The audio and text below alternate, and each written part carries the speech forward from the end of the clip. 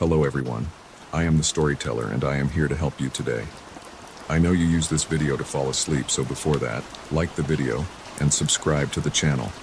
Also, where are you from and what time are you watching? Now get comfortable and relax.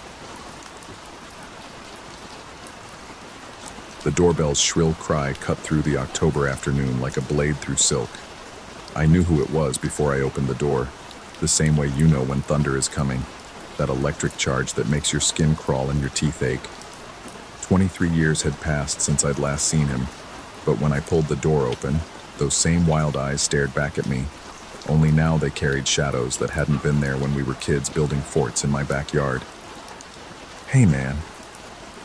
His voice was rougher now, weathered by years I couldn't begin to imagine. "Thanks for letting me crash here." I stepped aside, letting him drag his battered duffel bag across my threshold. The house seemed to exhale as he entered, as if it had been holding its breath. He looked around my living room with the careful attention of someone cataloging escape routes, his fingers drumming against his thigh in a rhythm I couldn't follow. "Make yourself at home," I said, though something in my chest tightened as I spoke the words. "Guest rooms upstairs, second door on the left." He nodded but didn't move toward the stairs. Instead, he stood perfectly still in the center of my living room, his head tilted slightly to one side like he was listening to something I couldn't hear. The afternoon light streaming through my windows seemed to bend around him, creating strange shadows that moved independently of his body. "You still have all these mirrors," he said, and there was something in his voice. Not quite surprise, not quite disappointment. Something hungrier. I followed his gaze around the room. I'd never really noticed how many mirrors I had until he pointed it out. The large one above the fireplace, the antique one by the staircase, the smaller decorative ones scattered across the walls. My ex-wife had been obsessed with mirrors, said they made spaces feel larger, brighter. After she left, I'd simply never bothered to take them down. "Yeah, well," I said, feeling oddly defensive. "They came with the house." He was already walking toward the antique mirror by the stairs, his reflection appearing in its silvered surface like a figure emerging from deep water. But something was wrong with it. The reflection moved a fraction of a second too late, as if it were trying to catch up with his actual movements. I blinked, certain I was imagining things, but when I looked again, his reflection was perfectly synchronized. "Beautiful piece," he murmured, running his fingers along the ornate frame. 18th century? I have no idea. "Listen, are you hungry? I could order some." "Do you ever feel like you're being watched?" he interrupted, still staring into the mirror. "Like there's something just outside your peripheral vision, waiting?" The question hit me like cold water. I had been feeling exactly that for months now, ever since my divorce finalized and the house became truly mine. Little things at first. The sense that someone had just left a room when I entered it. The feeling of eyes on my back when I was alone. Shadows that seemed to move when I wasn't looking directly at them. "Sometimes," I admitted. He turned from the mirror then, and for a moment, I could have sworn his reflection continued staring into the glass for a heartbeat longer than it should have. "That's them," he said matter-of-factly. "They follow me everywhere now." A chill ran down my spine, but I forced a laugh. "Who follows you?" "The Watchers, the ones who live in the spaces between. They've been with me since I stopped taking the medication." He said it so casually, like he was discussing the weather. "My doctor says they're hallucinations, manifestations of my condition. But you see them too, don't you? In your peripheral vision?" I wanted to deny it, to tell him he was imagining things, that he needed to get back on his medication. But the words stuck in my throat because I did see them. Shadows that shouldn't exist, movements in mirrors when no one was there to cast a reflection, the constant feeling of being observed by invisible eyes. That first night, I made us dinner and we talked about safer things. Our childhood, mutual friends, his artwork. He was talented, had shown in galleries in New York and Los Angeles, but his work had become increasingly abstract, increasingly dark. He showed me photos on his phone, canvases covered in swirling blacks and grays, with eyes hidden in the patterns. So many eyes, watching from every brushstroke. "They inspire me," he explained when he saw my expression. "The watchers. They show me things in the mirrors, shapes and forms that don't exist in our world." I went to bed that night with his words echoing in my head, but sleep eluded me. Every time I closed my eyes, I felt like something was standing at the foot of my bed, just outside my vision. Twice I sat up and turned on the light, but the room was always empty. The mirror on my dresser reflected nothing but my own anxious face and the familiar shadows of my bedroom.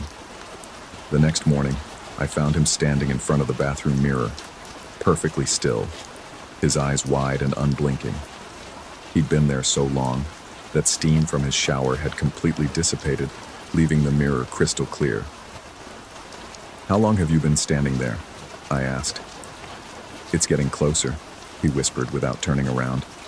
"Every time I refuse the pills, it gets a little closer." I looked in the mirror over his shoulder, and for a terrifying moment I saw 3 reflections instead of 2. His, mine, and something else. Something dark and indistinct standing between us. But when I blinked, there were only 2 reflections again, perfectly normal. "You need to take your medication," I said, my voice sharper than I intended. He finally turned to look at me, and his eyes were so deep and hollow that I took an involuntary step backward. "The medication makes them go away, but it makes everything else go away too. The art, the inspiration, the ability to see beyond the veil. Without them, I'm just empty." Days blended into nights, and my carefully ordered life began to unravel. I would catch glimpses of movement in mirrors throughout the house. Quick, darting shadows that vanished the moment I looked directly at them. The sensation of being watched intensified until it felt like a physical weight pressing against my shoulders. I started avoiding certain rooms, especially the guest bathroom where he spent hours staring into the mirror. My sleep became fractured, punctuated by dreams where I walked through my house and every mirror showed a different version of myself. Versions with hollow eyes and twisted smiles. Versions that moved independently of my body. Versions that reached toward the glass as if trying to push through into my world. One night, I woke to the sound of whispering. Soft, sibilant voices that seemed to come from the walls themselves. I followed the sound downstairs and found him sitting cross-legged on my living room floor, surrounded by candles, staring into the large mirror above the fireplace. "What are you doing?" I asked. "They're trying to tell me something," he said without looking away from the mirror. "About you. About this house. About why they followed me here." I looked into the mirror, and this time there was no mistaking what I saw. Behind our reflections, barely visible in the candlelight, stood a figure that shouldn't exist. It was tall and impossibly thin, with fingers that stretched like shadows across the reflected room. Its face was a void where features should have been, but I could feel it watching me with an intensity that made my skin crawl. "Do you see it?" he asked. "I see it," I whispered. "It's been waiting for you. They all have. This house, these mirrors, their doorways, and you've been keeping them open." The figure in the mirror raised one elongated hand and pressed it against the glass from the other side. The surface rippled like water, and I heard a sound like breaking ice, like reality tearing at the seams. "The medication," I said urgently. "Where are your pills?" "Upstairs in my bag, but if I take them now." He finally looked away from the mirror, and in that moment, the figure pressed harder against the glass. Cracks appeared in the silvered surface, spider-webbing outward from where its hand touched. The whispers grew louder, more insistent, and I could almost make out words in a language that predated human speech. We ran upstairs together, and I watched him swallow 3 small white pills with shaking hands. For a few minutes, nothing happened. Then, gradually, the whispers faded. The feeling of being watched lifted like fog burning off in morning sunlight.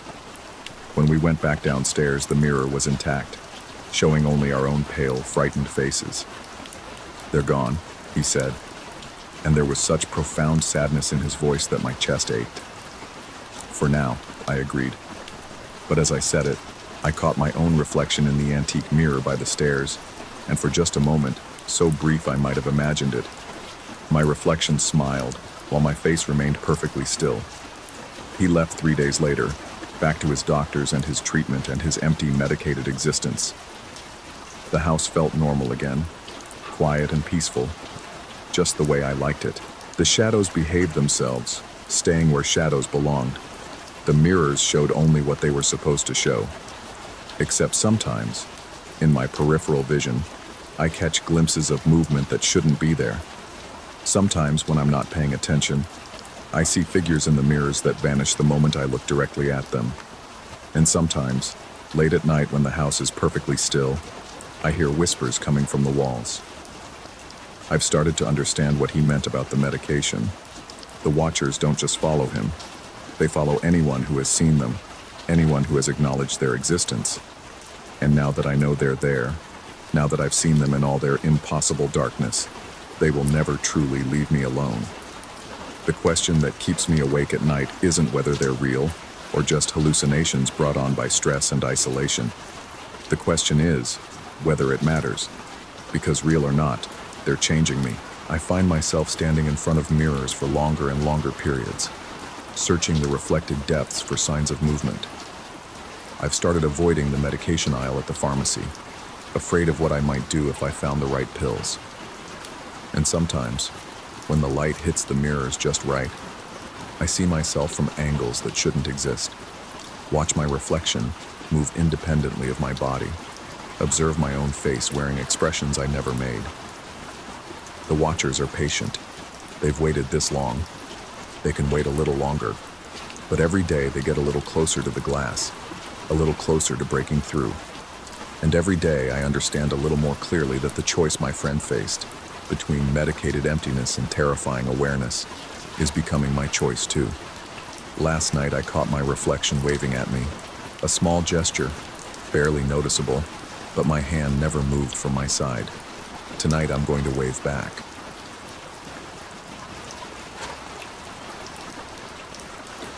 Story 2.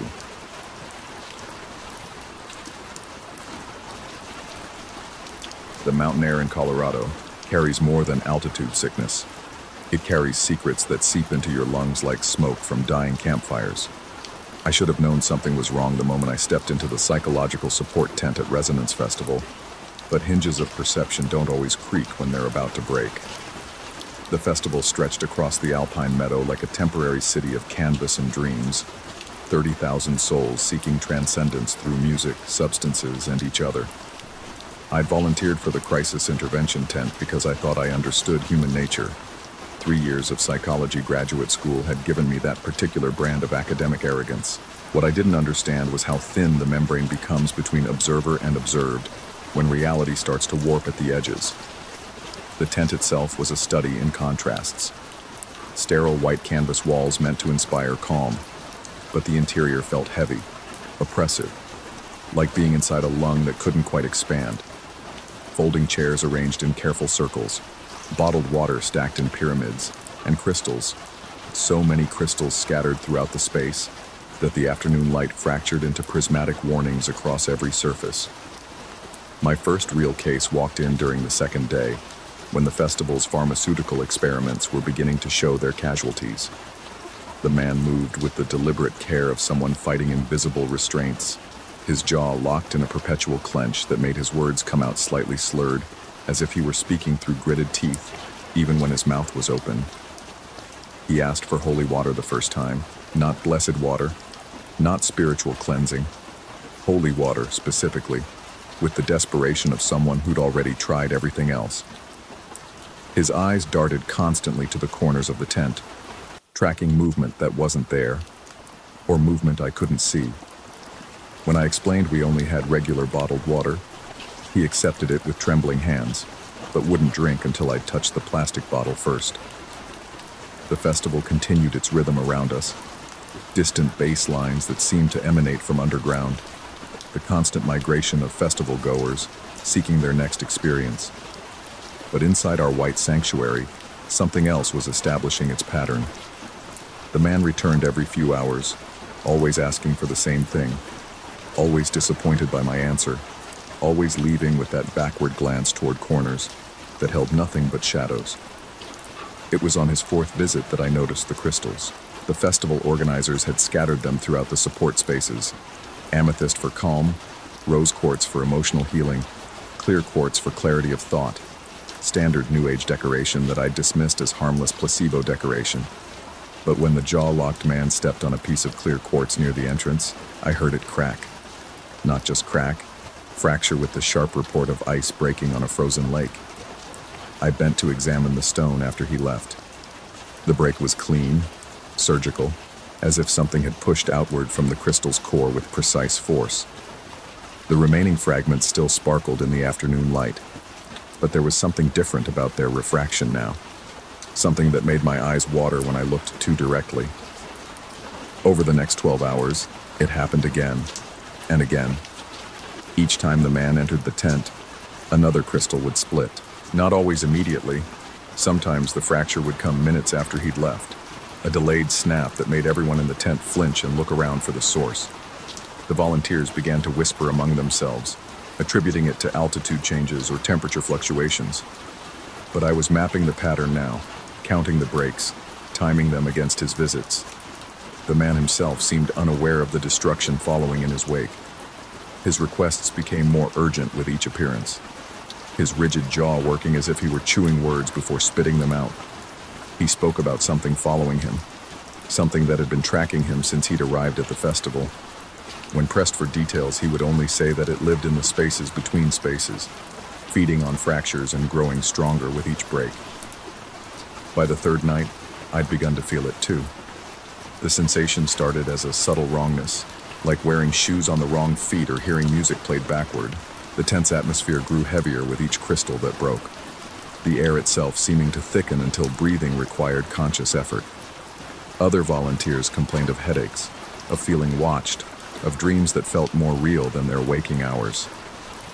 I found myself checking the corners of the tent compulsively, following the man's gaze toward empty spaces that somehow felt occupied. The rational part of my mind cataloged symptoms: stress, sleep deprivation, contact hallucination from working with someone clearly experiencing psychosis. But rationality becomes a thin shield when the evidence keeps mounting that something is fundamentally wrong with the world around you. The breakthrough came during the festival's final night, when the man arrived just as dawn was breaking over the mountains. His jaw had locked completely now. He communicated through desperate gestures and written notes on napkins. The note he handed me was barely legible, written in letters that shook with either palsy or terror. "It's almost through. The cracks are getting bigger." I looked around the tent at the scattered crystal fragments, dozens of them now, each break creating hairline fractures that seemed to extend beyond the stones themselves into the fabric of the tent, into the ground beneath, into reality itself. The early morning light caught these fractures and threw them into sharp relief, creating a web of damage that spread outward from wherever the man had walked. That's when I understood what he'd been trying to tell me. The crystals weren't breaking because of temperature or pressure or coincidence. They were breaking because something underneath was pushing up, using the stones as a conduit, growing stronger with each fracture. The festival ground itself was compromised, cracked like an eggshell with something waiting beneath for enough damage to accumulate. I tried to convince the other volunteers to evacuate the tent, but how do you explain that the ground beneath a mental health crisis station has become unreliable? How do you document that a man with a locked jaw is somehow channeling subterranean forces through decorative crystals? The incident reports I filed that morning read like the ravings of someone who'd spent too much time breathing mountain air and festival chemicals. The man left for the final time, just as the sun cleared the ridgeline. He pressed one last note into my palm before walking away with that careful, deliberate gait. The paper was warm, almost fever hot, and the writing was different, clearer, as if whatever had been constraining his communication had finally released its grip. "Thank you for trying to help. It's awake now. It was never after me. I was just the key." I watched him disappear into the crowd of festival goers beginning their exodus back to the default world. The morning light revealed the full extent of the crystal damage throughout the tent. Hundreds of fractures creating an intricate pattern across the floor like a map of underground rivers or neural pathways. The cleanup crew arrived within hours, sweeping up the broken stones and rolling up the tent walls. They worked with efficient indifference, treating the crystal fragments as nothing more than festival debris. But I noticed that several of them kept glancing at the ground nervously, as if they could feel something moving beneath their feet. The official reports listed the broken crystals as festival wear and tear, and the man with the locked jaw never appeared in any of the support tent documentation. According to the volunteer coordinator, no one matching his description had been logged into our system during the entire 4-day event. I've returned to graduate school, back to my neat theories about human psychology and rational explanations for irrational behavior. My professors are pleased with my thesis on crowd psychology and mass hysteria at large gatherings. The incident reports from the festival support tent have become useful case studies in suggestion and groupthink. But sometimes, late at night, when the dormitory is quiet and I'm reviewing research on crystalline structures and geological instability, I feel that familiar heaviness in the air, the sensation of being watched from corners that hold nothing but shadows, the subtle wrongness that suggests reality has hairline fractures running through it, invisible until something underneath decides to push. And when I walk across campus, I've started avoiding the decorative rock gardens and crystal displays in the student center, because sometimes when the light hits them just right, I can see the stress patterns forming, tiny fractures that speak of pressure building beneath, waiting for the right frequency to shatter everything above. The festival ended 6 months ago, but I'm beginning to understand that some events don't have endings. They have intermissions. The man with the locked jaw was never the problem. He was just the tuning fork that helped something else find its resonant frequency. Now every campus feels like a festival ground, every building like a tent pitched over uncertain earth. The crystals in gift shops and meditation centers call to me with their perfect clarity, and I wonder how many tiny fractures are accumulating in the foundations of our consensus reality. I've stopped trying to find the man from the tent. Instead, I listen for the sound of things breaking underground, and I practice explaining to myself how stress and sleep deprivation can create elaborate shared delusions. The explanations feel thinner each day, like excuses written on tissue paper.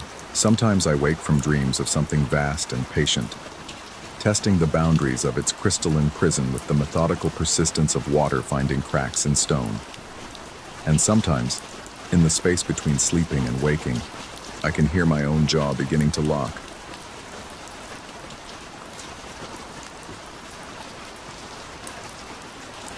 Story 3.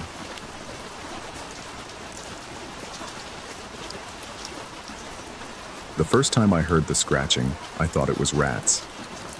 23 years I'd been operating the carousel at Wonderland Park, and I'd heard every sound those old mechanisms could make. The wheeze of hydraulics, the groan of worn bearings, the musical discord when the calliope skipped a note. But this was different. This came from the lamppost near the loading platform, a metallic scraping that seemed to pulse with desperate rhythm. I should have reported it to maintenance that Tuesday evening, but the park was hemorrhaging money, and I'd learned not to mention problems unless they posed immediate danger. The scratching was subtle, almost masked by the carousel's ambient noise. Only during the brief pauses between rides, when the last painted horse settled into stillness, could I detect that frantic clawing from within the post's hollow interior. The incident happened on Thursday. I was running the evening shift, watching families queue for what would be the final ride before closing. The autumn air carried that particular chill that made parents bundle their children tighter, made shadows stretch longer across the worn asphalt. The lamppost cast its pool of yellow light over the waiting area, and I was adjusting the safety barriers when I noticed them. The couple stood at the edge of the light's reach, their faces obscured by the brim of baseball caps pulled low. Between them, a small figure in a red jacket shifted restlessly. I couldn't make out details. The child seemed to blur at the edges, like a photograph taken with an unsteady hand.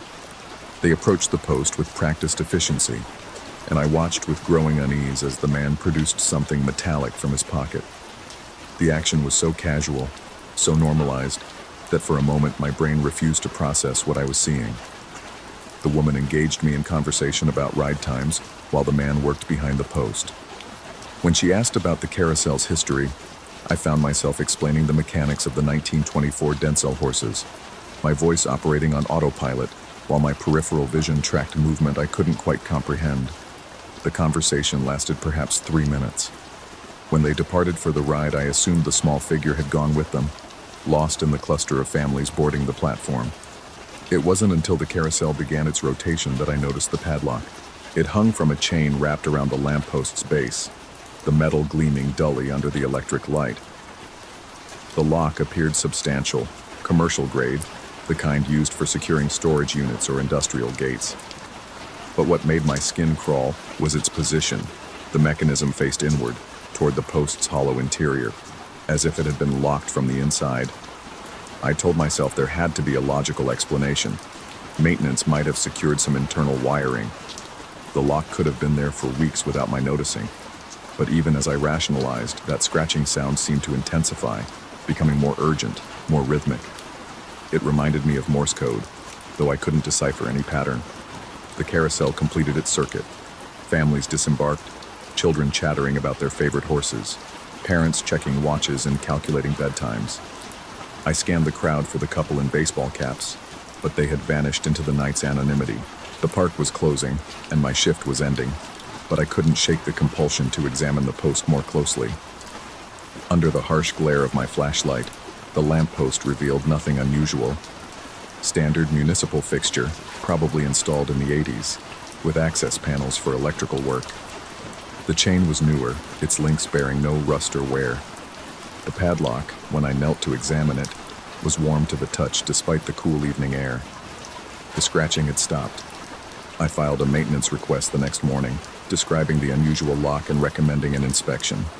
The response came back within hours. No record of any work orders for that fixture. No authorization for security measures in that location. The maintenance supervisor suggested someone might be using park property for personal storage, a minor infraction that would be addressed during routine patrol. But when I arrived for my Friday shift, the lock was gone. No trace of it remained. No scratches on the post's surface, no indentations in the chain links, no evidence that anything had ever been attached. The maintenance crew insisted they hadn't removed anything, and security footage from that section of the park showed nothing unusual. According to every official record, the incident had never occurred, except for the scratching. It had returned, fainter now, but unmistakably present. During the carousel's operation, it blended with the mechanical symphony, but in the quiet moments between rides, I could hear it clearly. 3 short scratches, 3 long ones, 3 short again.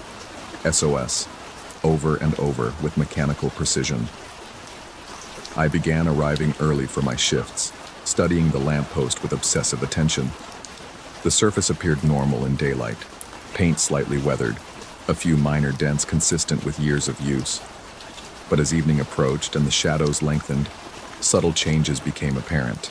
The post seemed to vibrate slightly, though no tremor registered in the surrounding concrete.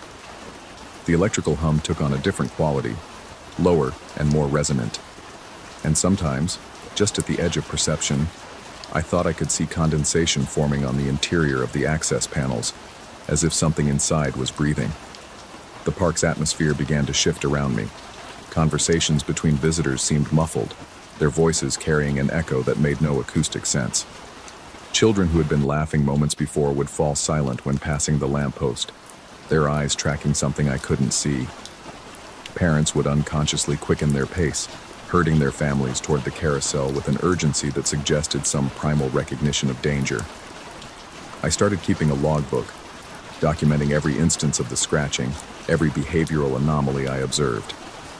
The entries filled 3 notebooks in 2 weeks. October 15th, scratching pattern changed. Now includes long pauses, as if waiting for response.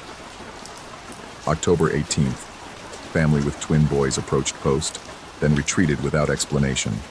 Mother appeared distressed.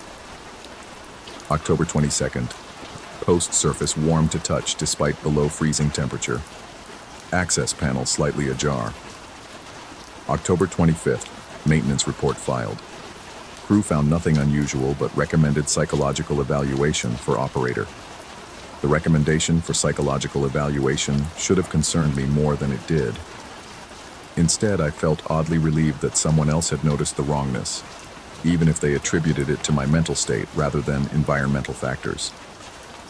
The park's HR department scheduled me for a fitness for duty assessment, standard procedure when employee behavior raised questions about safety or competence.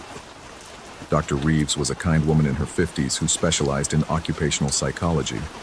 Her office smelled of lavender and contained too many plants, an obvious attempt to create a calming environment. She asked about stress levels, sleep patterns, family relationships, financial pressures, all the standard inquiries designed to identify obvious triggers for behavioral changes. I told her about the scratching. She listened without judgment, occasionally making notes in a leather portfolio. When I finished, she leaned back in her chair and regarded me thoughtfully. Her questions were gentle but probing. Had I considered that prolonged exposure to repetitive sounds might create auditory hallucinations? Was I familiar with the psychological phenomenon of pattern recognition and random stimuli? Did I understand how isolation and routine could affect perception? I answered honestly. Yes, I was aware of these possibilities. Yes, I had considered that my observations might be subjective. But I also knew what I had heard, what I had seen, what I had felt during those encounters with something that didn't belong in the ordinary world. Dr. Reeves recommended a 2-week leave of absence. Rest, she said. Distance from the source of stress. Time to gain perspective on the situation. The park management agreed, and a temporary operator was brought in to cover my shifts. I spent those 2 weeks researching the history of Wonderland Park. The library's microfiche archives contained decades of local newspaper coverage. Most of it was routine. Grand openings, seasonal events, minor accidents. But buried in the social pages and police blotters, I found disturbing patterns. Missing persons reports that never resulted in investigations. Families who visited the park and left incomplete. Children who were there one moment and gone the next, with no explanation beyond parental claims of confusion or miscommunication. The reports dated back to the park's opening in 1952, but they intensified after 1987, the year the current lighting system was installed, the year the lampposts were erected throughout the grounds. Each post was hollow, designed to house electrical conduits and junction boxes. Each post had access panels that could be opened from the outside. Each post was positioned in areas where families congregated, where children might be left momentarily unattended while parents focused on other activities.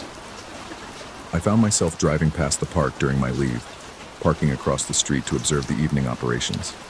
The temporary operator seemed competent enough, maintaining the ride schedule without apparent difficulty, but I noticed he avoided the area near the lamppost, positioning himself on the opposite side of the platform and keeping his interactions with visitors brief and professional. On my final night of leave, I watched a family approach the post. 2 adults, indistinguishable in their casual anonymity, with a small figure between them. They moved with the same practiced efficiency I remembered from 2 weeks earlier, and I felt my heart rate accelerate as I recognized the pattern.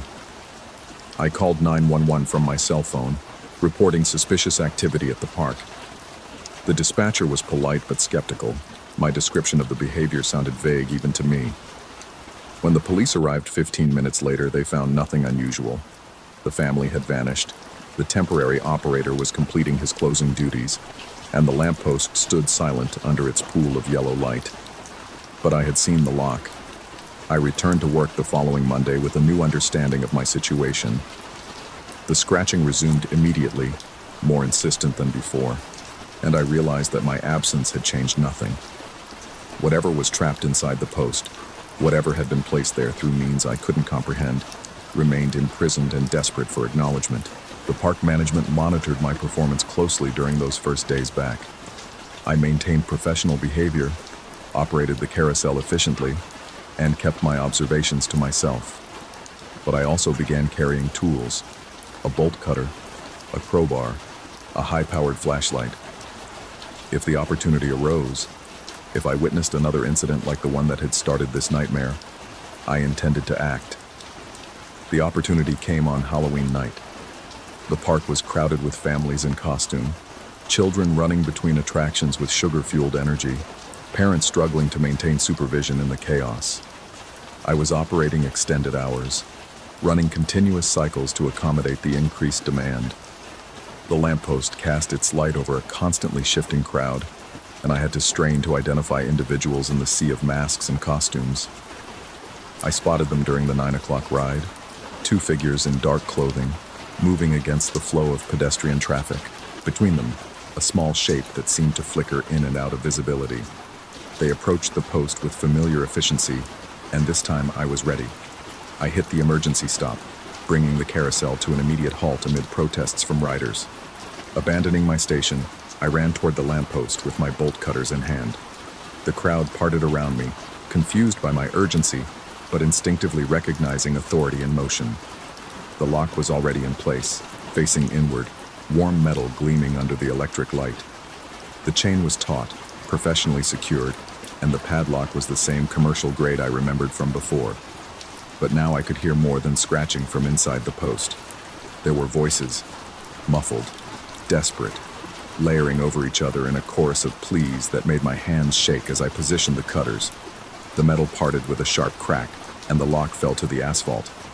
The chain unwound itself, links clattering against the post's surface, and then, in the sudden silence that followed, I heard something that made my blood freeze. Nothing. No scratching. No voices. No evidence that anything had ever been trapped inside. The post stood empty, its access panels secure, its interior containing only the standard electrical components visible through the wire mesh. The crowd that had gathered to watch my performance began to murmur with confusion, then embarrassment, then concern for my mental state. Security arrived within minutes, followed by management, followed by paramedics who insisted on checking my vital signs and asking about drug use or recent head trauma. The park closed early, and I was escorted from the premises with a suspension notice and a requirement for immediate psychological evaluation. I never returned to Wonderland Park. The psychological evaluation resulted in a disability determination, and I now receive monthly payments that allow me to live quietly in a small apartment across town. Dr. Reeves continues to see me weekly, and we discuss coping strategies for auditory hallucinations and the long-term effects of occupational stress. But sometimes, late at night when the city grows quiet, I can still hear the scratching. It comes from the walls, from the heating ducts, from the spaces between spaces where hollow things wait for someone to notice their distress. And I know that somewhere in Wonderland Park, the lamppost continues to emit its desperate signals, trying to communicate something that no one wants to hear. The scratching follows a pattern now. 3 short, 3 long, 3 short. SOS repeated endlessly, mechanically, like a recording stuck on loop. Sometimes I think about returning to the park, about finding a way to open those access panels and discover what really waits inside. But then I remember the warmth of that metal lock, the way it had secured itself from within. And I stay in my apartment with its thin walls and unreliable heating, because some mysteries are better left unsolved.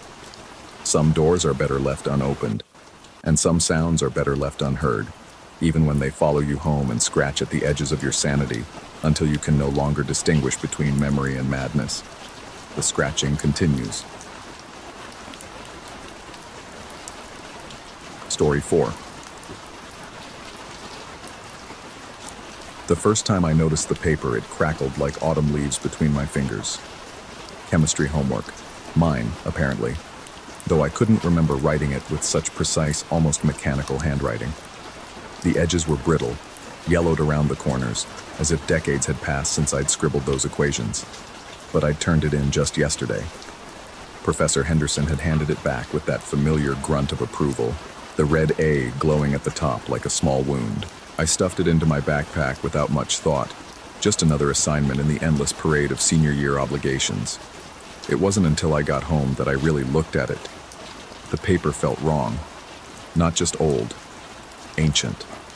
When I held it up to the light, I could see watermarks that definitely weren't there before, faint geometric patterns that seemed to shift when I wasn't looking directly at them. The ink had a strange quality too, as if it had been applied layer by layer over centuries, building up a kind of textural depth that made my eyes water when I stared too long. I told myself it was stress. Senior year did things to your mind, made you see patterns where none existed. College applications had turned my brain into a hypervigilant machine, constantly scanning for threats, for failures, for signs that everything was falling apart. Maybe that explained why I'd started noticing things about him. The boy who sat 3 seats behind me in chemistry. I'd never learned his name. He'd transferred in sometime after winter break, sliding into our routine so seamlessly that it felt like he'd always been there. Thin, pale, with dark hair that fell across his forehead in a way that obscured his eyes. He never spoke unless called upon, never raised his hand, never seemed to exist except in the peripheral vision where shadows gathered. But he'd been watching me. I was sure of it now. It started with small things. The sensation of eyes on the back of my neck during tests. A prickling awareness that made my skin crawl. I'd turn around casually, pretending to stretch or check the clock. But he'd always be looking down at his paper, pencil moving with that same mechanical precision I'd noticed in my own returned homework. Then came the assignments themselves. Chemistry worksheets that felt like they'd been stored in a basement for decades. English essays that came back with margins so fragile they flaked away when I touched them. History reports where the typed text seemed to fade even as I read it, becoming increasingly illegible, as if the ink was slowly being absorbed back into the paper itself. I began paying closer attention to our routines. Henderson always collected homework at the beginning of class, stacking the papers on his desk while he launched into the day's lesson.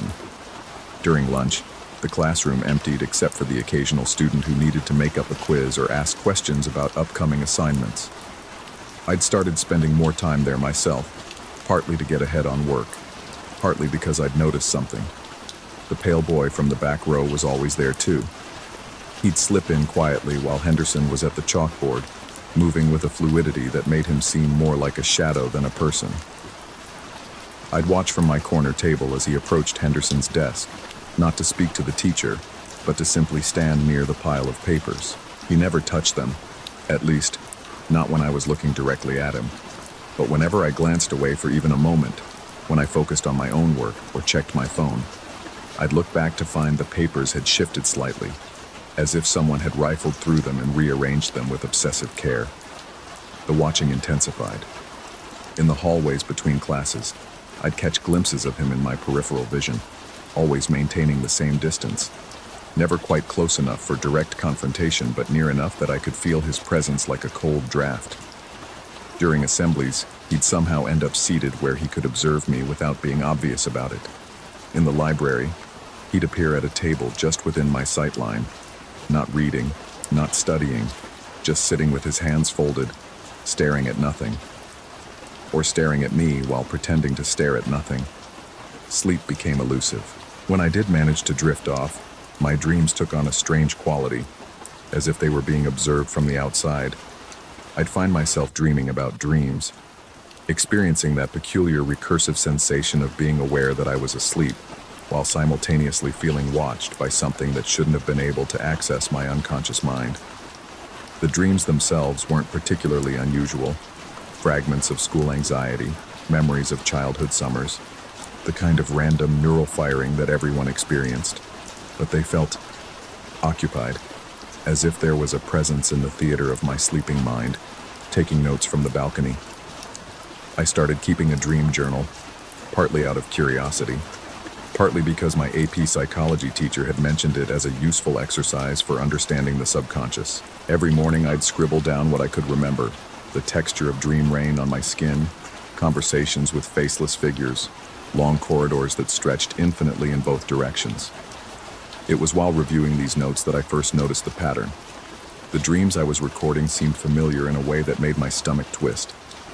Not familiar because I'd experienced them, but familiar because I'd read about them somewhere else. The specific details were too precise, too unusual to be coincidental. The way dreamlight fell across imaginary landscapes, the exact sequence of events and conversations that made no logical sense. I'd seen these described before, but I couldn't place where. The realization came during a particularly restless night. I'd given up on sleep around 2 a.m.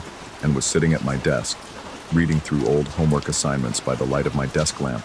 That's when I saw it, wedged between 2 chemistry worksheets, a composition notebook I'd never seen before.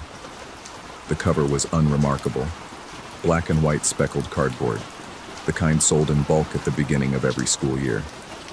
But when I opened it, my hands began to shake. Page after page of handwriting. My dreams, described in meticulous detail, but written in that same mechanical script I'd been noticing on my returned homework. Dreams I'd had last week were there, dreams from months ago, but also entries dated for nights that hadn't happened yet. Tomorrow night, next week, next month. The handwriting was steady, precise, completely unlike my own hurried scrawl. Each entry was formatted the same way: date, time, duration, followed by a narrative account that read like a clinical report. But the content was unmistakably mine: fears and anxieties and memories that no one else could have known. Most disturbing were the future entries, dreams scheduled for the coming weeks, described in the same careful detail as those I'd already experienced. As if someone had planned them, scripted them, arranged them like scenes in a play. I flipped through the pages with growing horror, noting how the ink seemed fresh on some entries, still slightly wet to the touch despite being dated weeks or months in the past. The paper itself had that same aged quality I'd noticed in my homework: brittle, yellowed, as if it had been written decades ago and left to cure in some forgotten archive.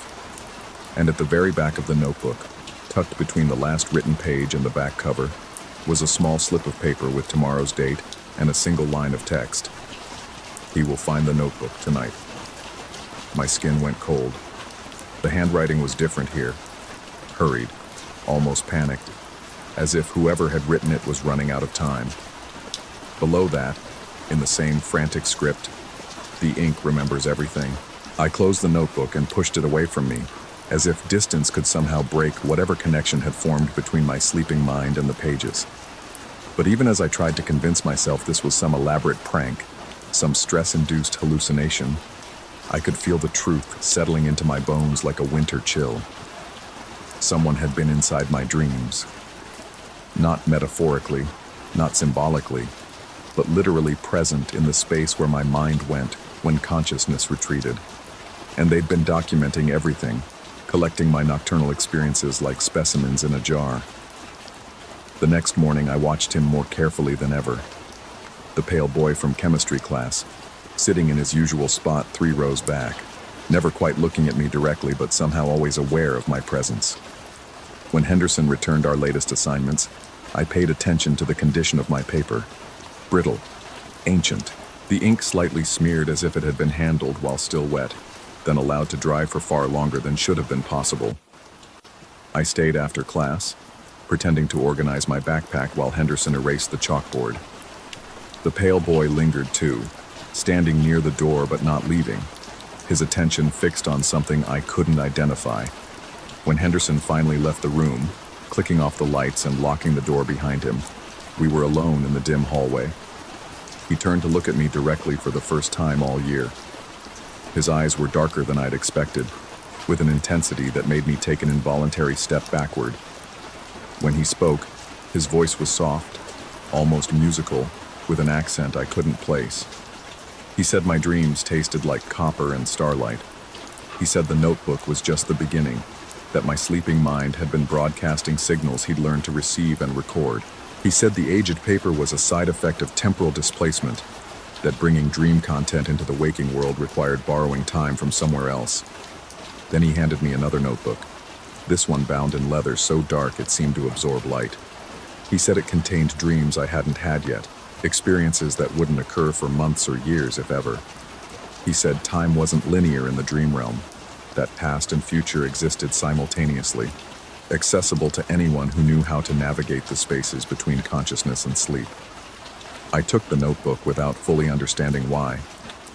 The leather was warm to the touch, as if it had been sitting in sunlight, though we were standing in the perpetual fluorescent twilight of the school hallway. When I opened it, the pages were blank, but I could smell ink, fresh and sharp, like the moment after lightning strikes. He told me the dreams would come whether I wanted them or not, that the connection had been established and couldn't be severed. He said I could choose to document them myself, or let him continue doing it for me. But either way, my sleeping mind now belonged to something larger than individual consciousness. Then he walked away, disappearing around the corner with that same fluid motion I'd noticed before, leaving me standing alone with 2 notebooks and the growing certainty that my nights would never again be entirely my own. I should have thrown the notebooks away, should have reported him to school administration, should have told my parents, should have done any number of things that might have restored some sense of normalcy to my life. Instead, I found myself reading. The leather-bound notebook contained dreams of impossible beauty and terrible longing, scenarios where I flew through cities that existed nowhere on Earth, conversations with people whose faces shifted like water, journeys through landscapes that followed dream logic rather than physics, but also darker content, dreams where I was perpetually lost, where familiar places became hostile and threatening, where everyone I'd ever known looked at me with the eyes of strangers. The dates were scattered across months and years. Some entries were marked for my 70s, dreams I presumably wouldn't have for decades. Others were scheduled for next week, and interspersed throughout were notes in that mechanical handwriting, observations about the quality of different dreams, rankings based on criteria I didn't understand. As the weeks passed, I began to recognize the dreams as they occurred. I'd fall asleep and find myself in scenarios I'd already read about, following scripts that had been written before I'd ever experienced them. The sensation was deeply disturbing. Not quite déjà vu, but something more invasive, as if my subconscious was being directed by an external intelligence. The pale boy, I still didn't know his name, continued to appear in my peripheral vision. In hallways, in the library, sometimes standing across the street from my house when I looked out my bedroom window late at night. Always watching, always maintaining that careful distance, never approaching me directly, but making his presence known. My returned homework continued to arrive in that aged, fragile condition. Now I understood it was more than just paper deterioration. It was evidence of temporal displacement, proof that my work was being processed through some mechanism that existed outside normal time. The ink would be fresh when I turned assignments in, but ancient when they came back, as if they'd spent decades in transit between submission and return. Sleep became a source of anxiety rather than rest. I'd lie awake for hours, dreading the moment when consciousness would slip away, and my mind would become accessible to whatever intelligence was collecting my dreams.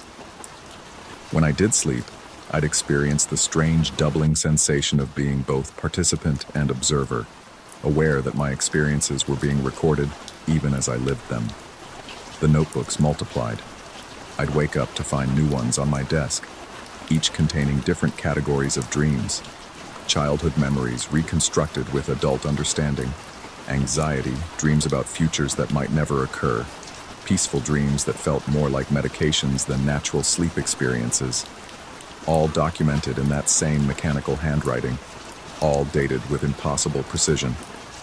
I tried staying awake for entire nights, drinking coffee and energy drinks, keeping myself conscious through sheer force of will. But the dreams found me anyway.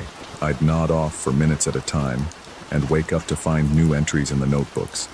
Brief dreams compressed into seconds of sleep, but documented as if they'd lasted for hours. The worst part was the gradual realization that the dreams were changing me.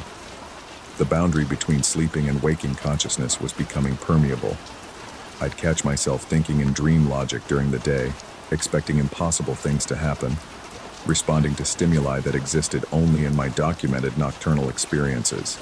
And always, the pale boy watched from the edges of my vision, never interfering directly, but somehow orchestrating the entire experience. He'd smile sometimes when our eyes met in the hallway, an expression that suggested he knew things about me that I was only beginning to discover. The notebooks continued to accumulate, my room filled with them, stacked on my desk, lined up on shelves, tucked into drawers and closets. Each one contained hundreds of dreams, thousands of hours of sleeping experience, all cataloged and organized according to some system I couldn't decipher. And with each passing night, I became more certain that what was happening to me wasn't supernatural or psychological, but something else entirely. Something that existed in the spaces between categories, in the ambiguous territory where consciousness and external reality intersected. The question wasn't whether the dream thief was real. The question was whether I was still real, or if I'd become just another entry in his vast collection, Another set of experiences to be documented and filed away in notebooks that aged decades in the space between sleeping and waking. The ink was always fresh at dawn, still wet with the residue of dreams that might have been mine, or might have belonged to someone else entirely. And every morning I'd wake up to find new notebooks waiting, ready to collect whatever remained of my diminishing sense of self. The watching never stopped. The documentation never ended. And somewhere in the growing library of my recorded dreams, the boundary between observer and observed had become so blurred that I could no longer tell which side of the notebook I was on.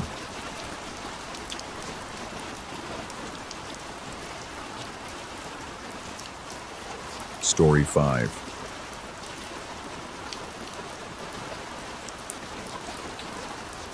The first time the alarm screamed through the darkness, I thought it was a malfunction. 3:17 a.m. The shrill electronic wail cut through my sleep like a blade, dragging me from dreams of empty corridors into the suffocating reality of my apartment building's security system. As head of maintenance for the Meridian complex, these midnight interruptions came with the territory, but something about this particular alarm felt different. Wrong. I stumbled through my apartment, grabbing the tablet that controlled the building's security network. The motion sensors in the main hallway had triggered. Motion sensors that hadn't given me a single false positive in the 18 months since installation. My fingers trembled slightly as I pulled up the camera feeds, expecting to see the familiar outline of a raccoon, or perhaps a vagrant who'd somehow slipped past the lobby security. The screens showed nothing. 8 cameras covering every angle of the third-floor corridor displayed the same image. An empty hallway bathed in the cold blue glow of emergency lighting. No movement, no shadows. No explanation for why the sensors had detected a presence substantial enough to trigger the alarm system.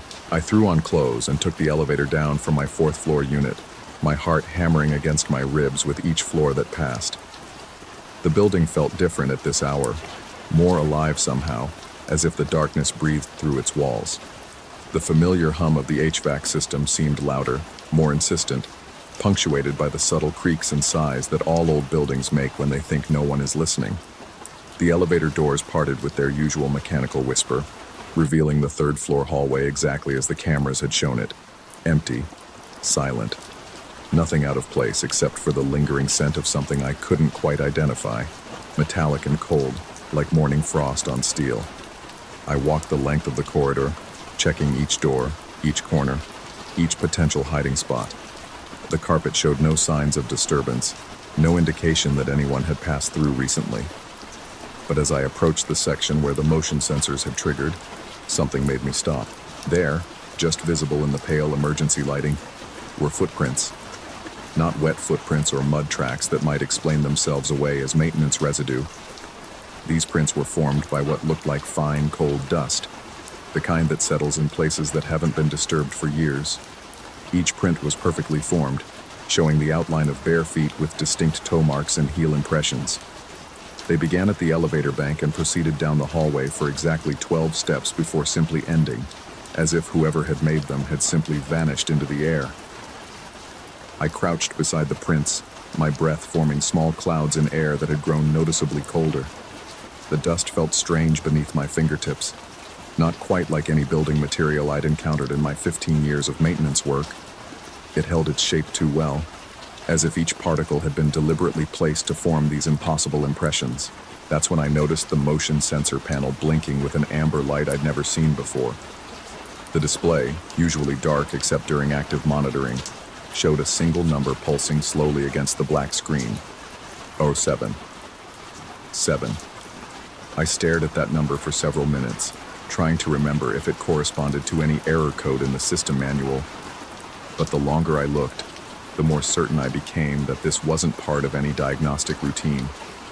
The number pulsed with a rhythm that seemed almost organic, like a heartbeat visible in digital form. I documented everything with photos, though the camera seemed unable to capture the full detail of what I was seeing.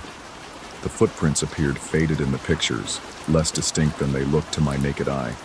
The number on the sensor screen came out as a bright blur, unreadable. By morning, the footprints had vanished completely. The sensor panel showed its normal readings. No trace of the mysterious countdown. I might have convinced myself it had been a dream if not for the photos on my phone. evidence that something had definitely occurred, even if the images failed to capture its true nature. The next night, it happened again. 3:17 a.m., same alarm, same empty cameras. This time I was ready, throwing on my clothes and rushing to the elevator before the wailing had fully stopped. The third-floor hallway waited in its blue-lit silence, and once again I found the impossible footprints tracking across the carpet. But now the sensor panel displayed a different number. Arrow 6. 6. The countdown had advanced. I spent the rest of that night researching the building's history, diving into construction records and previous maintenance logs. The Meridian complex had been built in 1987 on the site of an old electronics warehouse. Nothing particularly sinister in its past. The motion sensor system had been installed during a recent renovation, all equipment certified and functioning within normal parameters. Yet every night, the pattern repeated. 3:17 a.m. brought the screaming alarm, the empty cameras, the dust-formed footprints, and the steadily decreasing number on the sensor display. Each night I tried different approaches, waiting in the hallway before the alarm, checking alternative routes into the building, even disabling the motion sensors entirely. Nothing changed the sequence of events. With each passing night, the experience grew more intense. The cold spot in the hallway became more pronounced, dropping the temperature by what felt like 20 degrees in a localized area around the footprints. The dust began to take on an almost luminous quality, glowing faintly in the emergency lighting as if charged with some internal energy. And I began to feel watched, not the casual observation of security cameras or the distant attention of sleeping neighbors. This was immediate, intimate scrutiny, the sensation of being examined by something that existed just beyond the edge of perception. During my daily rounds, I caught myself glancing over my shoulder, certain I'd glimpsed movement in my peripheral vision. Sleep became elusive, interrupted by the conviction that something stood at the foot of my bed, breathing in rhythm with my own exhales. The building's other residents began to complain about disturbances, strange sounds in the walls, fluctuations in their electrical systems, the persistent feeling that their apartments had been searched while they were away. Mrs. Chen from 3B mentioned that her thermostat kept resetting itself to impossibly low temperatures. The couple in 3D reported that their baby monitor picked up whispered conversations in an empty room. I assured them I was investigating, filing the complaints in a folder that grew thicker with each passing day. But I said nothing about the countdown, nothing about the footprints or the watching presence that seemed to grow stronger as the number decreased. The night the display showed 2, the footprints led not just down the hallway but to my own apartment door, 12 steps ending exactly at my threshold, as if whatever created them had stood there for some time, studying the barrier between the public corridor and my private space. The dust prints showed more detail now, individual toe prints with what looked like faint scratch marks, heel impressions deep enough to suggest significant weight. I changed my locks that morning, though I couldn't explain to myself what difference it might make against something that left footprints without feet. 1. The final night of the countdown brought changes I hadn't anticipated. The alarm sounded at 3:17 as always, but this time the entire building's electrical system fluctuated with each pulse. Lights dimmed and brightened in waves that seemed to flow from floor to floor. The elevator stopped functioning entirely, its display showing random numbers and letters in sequences that hurt to look at directly. The footprints in the hallway were no longer formed by dust. Instead, they appeared as impressions in the carpet itself, as if something impossibly heavy had pressed down hard enough to leave permanent marks in the industrial-grade flooring. The cold spot had expanded to encompass the entire corridor, turning my breath to visible vapor and making the metal fixtures crackle with frost. But it was the sensor panel that held my attention. Instead of showing 0 as I'd expected, the display had gone completely black. Not off. Black in a way that seemed to absorb light rather than simply lacking it. Staring into that darkness felt like looking into something that looked back, something that had been counting down to this moment with infinite patience. I found myself unable to move, standing in that frozen corridor as my watch ticked past 3:30, then 4 o'clock, then 5. The sensation of being observed had intensified to the point where I could feel the weight of attention like physical pressure against my skin. Every instinct screamed at me to run, to abandon the building and never return. but my feet remained planted on the carpet as if held by gravity that belonged to a different world. Dawn came slowly, natural light filtering through the corridor windows to mix with the artificial emergency glow. Only then did the pressure release, allowing me to stumble back to the elevator and escape to my apartment. I called in sick that day, spending the hours until sunset researching every aspect of the building I could access. What I found changed everything. Buried in the insurance records was a claim from 1987, filed just before construction began. The electronics warehouse that had previously occupied the site had suffered what investigators called unexplained equipment failures in its final months of operation. Computers had begun displaying countdown sequences with no programmed source. Temperature control systems had malfunctioned, creating freezing zones in specific areas of the building. Workers reported feeling watched, followed, examined by something they couldn't see. The warehouse had been demolished after a final incident in which every electronic device in the building had simultaneously displayed the same image. Footprints leading through empty corridors, counting down to something that never quite arrived. Or perhaps it had arrived and simply waited.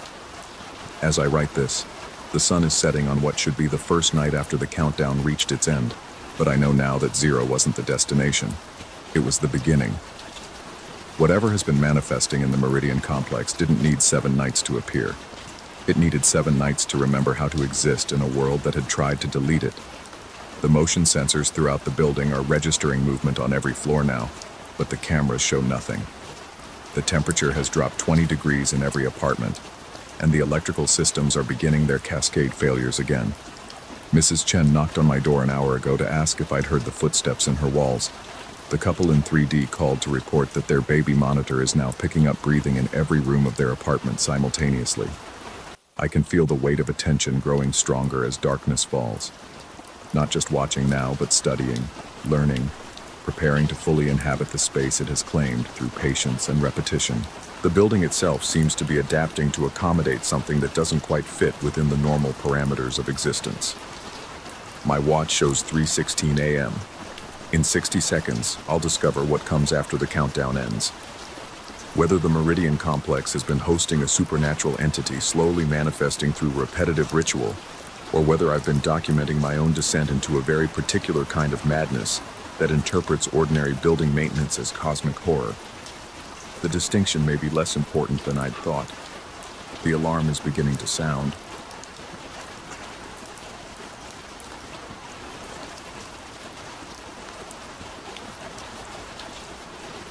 Story 6.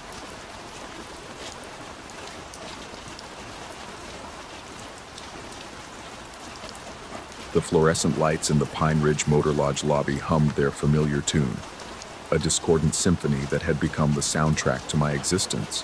3 months into this graveyard shift, and I'd learned to read the moods of this roadside purgatory by the pitch of those dying bulbs. Tonight, they seemed different. Agitated. The digital clock behind the reception desk read 11:47 p.m. when he walked in.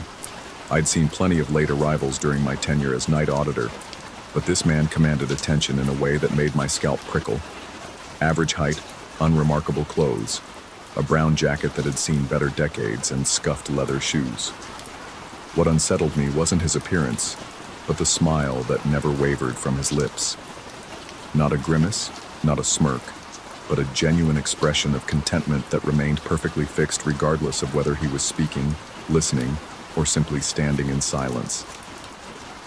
The man approached my station with measured steps that echoed oddly in the small lobby. Each footfall seemed to linger a fraction too long, as if the worn carpet was reluctant to release his weight. "Room for the night," he said, his voice pleasant and unremarkable. The smile never shifted. "Preferably something quiet. I have some collecting to catch up on." I processed his registration mechanically, noting that he paid in cash, crisp 20s that felt unusually cold against my fingertips. His signature flowed across the guest ledger in elaborate script that seemed to shift when I wasn't looking directly at it. "Room 237, second floor, end of the hall. Will you be needing any additional services?"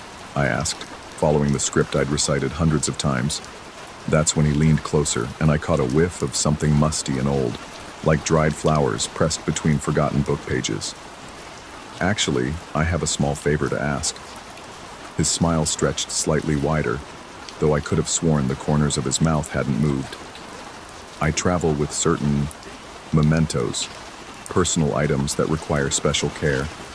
Would it be possible to store them in your office during my stay? I find that sometimes hotel rooms aren't quite secure enough for my more precious belongings. The request struck me as odd but not unprecedented.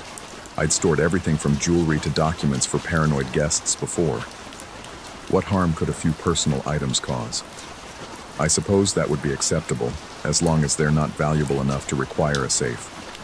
Oh, they're valuable to me, he said, that perpetual smile now seeming to cast its own shadow across his features. But not in any way your insurance would recognize. Within 10 minutes, he returned with a worn leather satchel that clinked softly with each step. The bag seemed heavier than its size suggested, causing the man to walk with a slight list to one side. He placed it carefully on my desk, and I noticed his fingers lingered on the clasps longer than necessary. Just some old things, he explained, though I hadn't asked. Family heirlooms, you might say. Pieces of places I've been, fragments of moments I've collected over the years.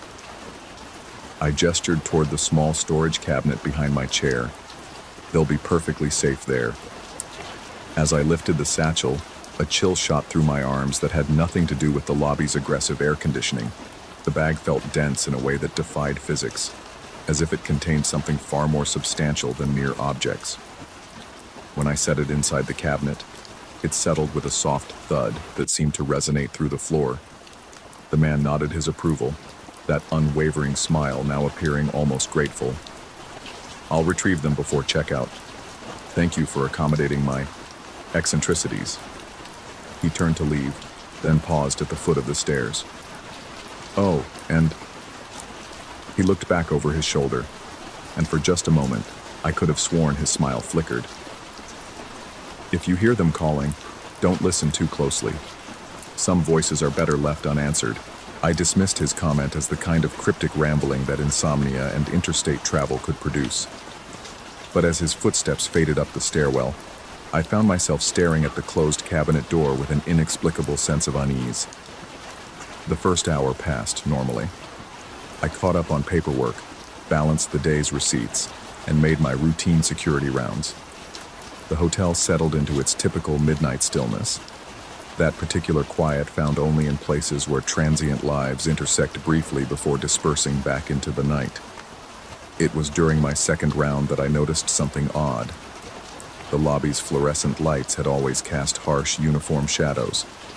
Every object, chairs, tables, the artificial plants that somehow thrived under artificial light, threw predictable dark shapes across the carpet. But as I returned to my desk around 1:30 a.m., I realized that the shadows seemed different. More specifically, they seemed wrong. I stood perfectly still, studying the familiar geography of the lobby. The coffee table near the entrance cast its usual rectangular shadow. The magazine rack threw its expected angular silhouette. But there were other shadows now, shapes that didn't correspond to any visible objects. Thin, elongated shadows that stretched across the carpet like dark fingers. Circular shadows that pulsed almost imperceptibly, as if breathing. And stranger still, these shadows appeared to be moving. Not in the dramatic horror movie way that would have sent me running. Instead, they shifted with glacial subtlety, creeping across the worn carpet with the patience of geological time. A shadow that had been near the front desk slowly stretched toward the storage cabinet. Another dark shape, roughly human in proportion but impossibly thin, drifted from the seating area toward my position. I blinked hard, rubbed my eyes, and looked again. The shadows remained, but now they seemed closer. My first instinct was to blame exhaustion. 3 months of 12-hour night shifts had taken their toll, and I'd been experiencing minor hallucinations for weeks. Peripheral movements that vanished when I turned to look, sounds that had no source. Sleep deprivation was a well-documented demon, and I'd made peace with its minor torments. But these shadows felt different. They carried weight, presence, and as I watched, paralyzed by a combination of disbelief and fascination, I realized they were converging on the storage cabinet. The digital clock read 2:15 a.m. when I first heard my name. It started as a whisper so soft I mistook it for the building's ventilation system. But as the minutes crawled by, the sound resolved into something unmistakably vocal. A voice, or rather, multiple voices speaking in unison, calling from somewhere near my feet. I looked down and saw the shadows had reached the base of my desk. They pooled around my chair like spilled ink, and from their dark depths came that impossible whisper. Michael. My name, spoken by voices that sounded like autumn leaves scraping across concrete. The shadows beneath my feet pulsed with each syllable, and I felt a vibration through the soles of my shoes that seemed to travel up through my bones. I jerked my chair backward, but the shadows followed. They flowed across the carpet with liquid smoothness, maintaining their connection to the storage cabinet while simultaneously reaching toward me with tendrils of absolute darkness. Michael, come closer. The voices multiplied, creating a chorus of whispers that seemed to emanate from the carpet itself.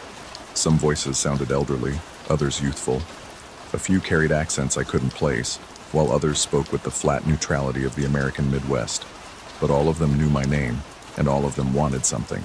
I stood up so quickly that my chair rolled into the wall behind me. The shadows paused, as if considering this new development, then resumed their slow advance. They moved with purpose now, reaching across the lobby floor like dark rivers flowing toward an inevitable sea. My rational mind scrambled for explanations. Gas leak causing hallucinations. Sleep deprivation manifesting in increasingly severe symptoms. Some kind of neurological episode triggered by stress and poor diet. Each theory felt reasonable, logical, and completely inadequate to explain the reality of what I was experiencing. The shadows had spread across most of the lobby now, creating a web of darkness that connected every piece of furniture to the storage cabinet behind my desk. And from this network of shadow came an endless whisper of voices, all calling my name, all beckoning me to come closer. I grabbed my flashlight and aimed it at the floor. The beam cut through the shadows, revealing normal carpet underneath. But the moment I moved the light away, the darkness returned, deeper and more extensive than before. That's when I realized the shadows weren't being cast by anything in the lobby. They were emerging from the storage cabinet itself. The leather satchel the guest had left was somehow projecting shadows through the closed cabinet door, across the floor, and throughout the entire lobby. The impossible nature of this observation should have convinced me that I was experiencing a complete psychological break. Instead, it filled me with a crystalline certainty that something genuinely wrong was happening. I approached the cabinet with the same caution I might use when handling a venomous snake. The whispers grew louder as I drew near, resolving into distinct words and phrases. Let us out. We've been waiting. So lonely in the dark. Join us, Michael. Don't you remember us? That last voice stopped me cold. It sounded familiar. A woman's voice with a slight southern accent that tugged at memories I couldn't quite grasp. But before I could process this recognition, another voice joined the chorus, then another, until the whispers became a cacophony of pleading, demanding, cajoling voices. My hand hesitated over the cabinet handle. Every instinct screamed at me to walk away, to abandon my post, to put as much distance as possible between myself and whatever was contained in that innocuous leather bag. But a deeper compulsion, part curiosity, part recognition, part something I couldn't name, drew me forward.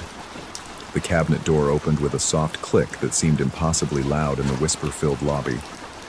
The satchel sat exactly where I'd placed it hours earlier, but now it seemed to pulse with its own internal light. Not visible light, but something darker. An anti-illumination that made the fluorescent bulbs overhead seem dim by comparison. The bag's leather surface writhed with shadows that had no relationship to any actual light source. As I watched, transfixed, the bag's clasps began to open by themselves. The whispers stopped. The sudden silence was more terrifying than any sound could have been. The shadows remained, covering the lobby floor in a network of impossible darkness, but the voices had ceased their eternal murmuring.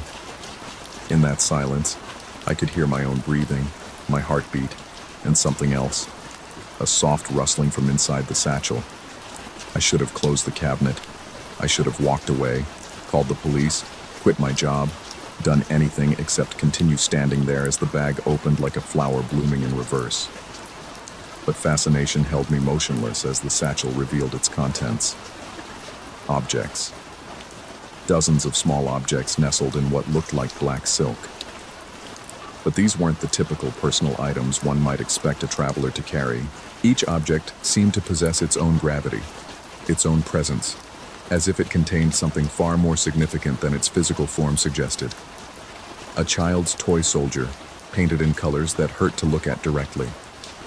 A woman's bracelet that gleamed with metallic light that wasn't quite gold, wasn't quite silver. A fountain pen that appeared to be writing invisible words in the air above it. A small mirror that reflected not my face but someone else's. Someone I didn't recognize but who seemed to be looking directly at me with pleading eyes. And from each object extended a shadow far more complex and extensive than physics should allow. These weren't simple silhouettes, but intricate networks of darkness that sprawled across the lobby like neural pathways in some vast, impossible brain. I reached toward the toy soldier, and the moment my fingertip made contact with its painted surface, the world exploded into sensation. Suddenly, I was somewhere else. A suburban living room decorated for Christmas, circa 1987. A boy, 8 years old, gap-toothed smile, dinosaur pajamas, played with an army of tiny soldiers while his parents argued in the kitchen. The argument escalated. A door slammed.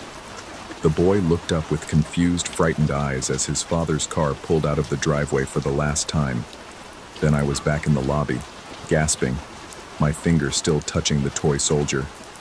But now I understood. The object wasn't just a memento, it was a moment. A specific instance of human experience, crystallized and preserved like an insect in amber. The bracelet showed me a woman's wedding day, the moment she realized her husband-to-be was having second thoughts. The fountain pen revealed a novelist's despair as he destroyed his life's work, page by page. The mirror reflected a girl discovering that her father wasn't coming home from the war. Each object contained a fragment of human experience, but not the joyful or triumphant moments. These were the precise instances when hope transformed into loss, when certainty dissolved into doubt, when love curdled into abandonment. They were collection points for the exact moments when people realized their lives had changed forever, and not for the better. And I understood, with a clarity that felt like ice water in my veins, that I was looking at the guest's collection. His mementos weren't objects at all. They were captured moments of human suffering, preserved with the same care that a lepidopterist might pin butterflies to a display board. The voices returned, but now I could distinguish them. The boy whose father left. The bride whose wedding became a funeral for her dreams. The novelist who died unknown and unpublished. The girl who spent the rest of her life waiting for someone who would never return. They weren't calling to me randomly. They were calling because they recognized something in me. Some resonance, some compatibility that made me a suitable addition to the collection. I jerked my hand away from the toy soldier and stumbled backward. The shadows writhed more violently, reaching toward me with tendrils of concentrated darkness. The whispers became urgent, desperate. Don't leave us here.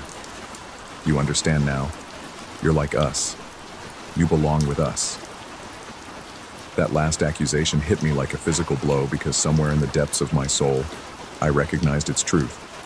I was like them. Not in the specifics of my losses, but in the fundamental nature of my existence. I was a man whose life had been defined by a series of small disappointments, minor betrayals, gradual erosions of hope. I worked nights at a roadside hotel, not because I enjoyed solitude, but because I'd given up on meaningful human connection. I was already partially collected, already preserved in my own amber of quiet desperation. The guest hadn't chosen me randomly. He'd recognized in me the same quality that had drawn him to every other moment in his collection. The precise instant when possibility collapsed into resignation. I slammed the cabinet door shut, but the shadows remained. They covered the lobby floor completely now, creating a dark sea broken only by islands of fluorescent light. And from that sea came the endless whispers of voices that had been calling my name long before I'd ever heard them. The clock read 4:23 a.m. when the guest returned. He descended the stairs with the same measured pace he'd used earlier, but now his perpetual smile seemed less fixed and more genuine. He approached my desk as if nothing unusual had occurred, as if the lobby wasn't swimming in impossible shadows that whispered my name. "I trust my belongings were secure?" he asked. I wanted to scream at him, to demand explanations, to ask what he'd done and why he'd chosen me. Instead, I heard myself responding in a voice that sounded remarkably calm. They were perfectly safe. Excellent. He reached past me to open the cabinet, and his hand brushed against my arm. The contact sent another wave of alien sensation through my nervous system. Not the specific memory visions I'd experienced with the objects, but something deeper. A sense of vast age, of patience measured in geological time, of appetites that transcended human understanding. He lifted the satchel with careful reverence, and I noticed that it seemed lighter now, less dense. Several of the shadows retracted into the bag as he secured the clasps, but others remained, pooling around my feet like loyal pets reluctant to leave their master. "You've been very accommodating," he said, though his tone suggested this was more observation than gratitude. "It's rare to find someone so receptive to my collection." "What are you?" I asked, though I wasn't sure I wanted to know the answer. His smile widened fractionally. "I'm someone who appreciates the precise moments when people realize their lives have changed irrevocably, when they understand that the future they'd imagined is no longer possible, when hope transforms into acceptance of lesser things." He paused, studying my face with the intensity of an appraiser evaluating a potentially valuable piece. Those moments have such exquisite flavor, don't you think? So much more complex than simple happiness or obvious tragedy. They require a refined palate to truly appreciate. "And you collect them?" "I preserve them. I give them the attention they deserve." He gestured toward the satchel. "Most people let such moments slip away, dismiss them as mere disappointment or bad luck. But I recognize their value. I ensure they're never forgotten." The shadows around my feet pulsed with what I could only describe as hunger. "The question," he continued, "is whether you'd like to join my collection voluntarily, or if you'd prefer to wait until I return to collect you properly." The offer hung in the air between us like smoke from a dying fire. I looked around the lobby, at the worn carpet, the artificial plants, the fluorescent lights that had hummed their discordant tune throughout this entire encounter. This place had become my world, my entire existence reduced to 12-hour shifts in a roadside purgatory that few people would ever remember visiting. The shadows whispered my name with increasing urgency, and I realized they weren't trying to trap me. They were trying to warn me.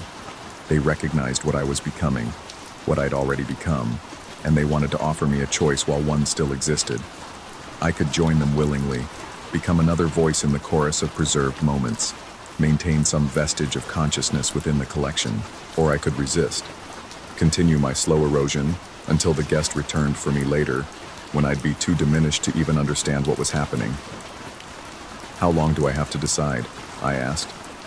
His smile reached its maximum width, stretching his features into something that was no longer quite human. "Oh, you've already decided. You decided the moment you opened the cabinet. The question is whether you'll admit it to yourself." He turned and walked toward the exit, his footsteps echoing with the same odd resonance I'd noticed earlier. At the door, he paused and looked back. "I'll be checking out in the morning. Early. I find dawn to be such a transitional time, perfect for collecting moments when night becomes day, when one phase of existence ends and another begins." The door swung shut behind him, leaving me alone with the shadows and the whispers and the terrible certainty that he was right. I had already decided. I looked down at the darkness pooling around my feet and heard my own voice join the chorus, though I couldn't remember opening my mouth. "Michael." The fluorescent lights hummed their familiar tune, but now I understood the melody they'd been playing all along. It wasn't discordant noise. It was the sound of collected moments, preserved voices, fragments of human experience singing in harmony, and I was finally learning to sing along. The clock reads 5:47 a.m. as I write this.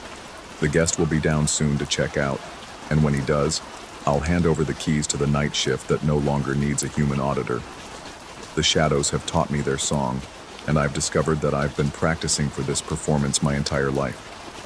If you're reading this, you're probably the day manager, wondering why I've abandoned my post. Don't worry about the Pine Ridge Motor Lodge. It will continue operating exactly as it always has.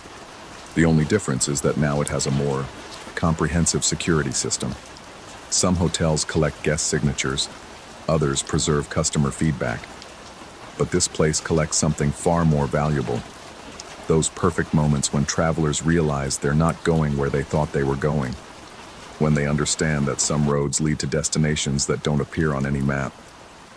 We'll be here when you're ready. The shadows know your name too, and they've been practicing their whispers. They have such beautiful voices, once you learn to listen properly. And we all float down here in the amber of preserved moments, where the fluorescent lights hum lullabies and the night audit never ends. Story 7.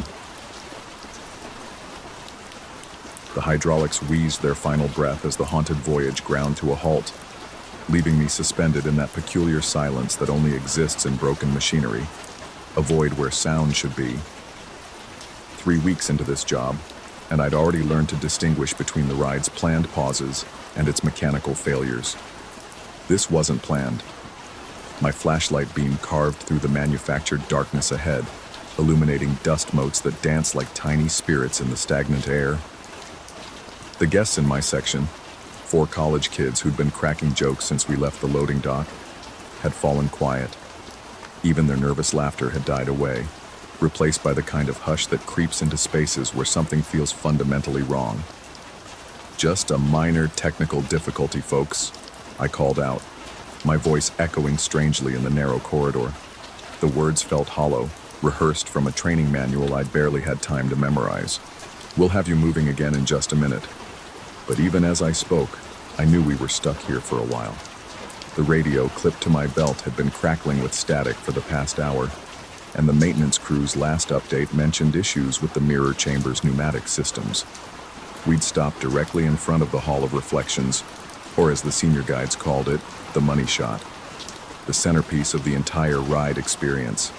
I'd guided tourists through this section dozens of times already, watching their faces transform from skeptical amusement to genuine unease as they encountered the mirror maze. The attraction's designers had crafted something special here, an intricate arrangement of angled mirrors and strategic lighting that created the illusion of ghostly figures sitting beside the guests, transparent passengers who seemed to move independently of their reflections. The effect worked flawlessly during normal operation, when the cars rolled smoothly past at precisely the right speed. But sitting stationary like this, with only my flashlight providing illumination, the mirrors had taken on a different quality entirely. They no longer reflected predictable illusions. Instead, they seemed to absorb light, creating pockets of shadow that shifted without any apparent source of movement.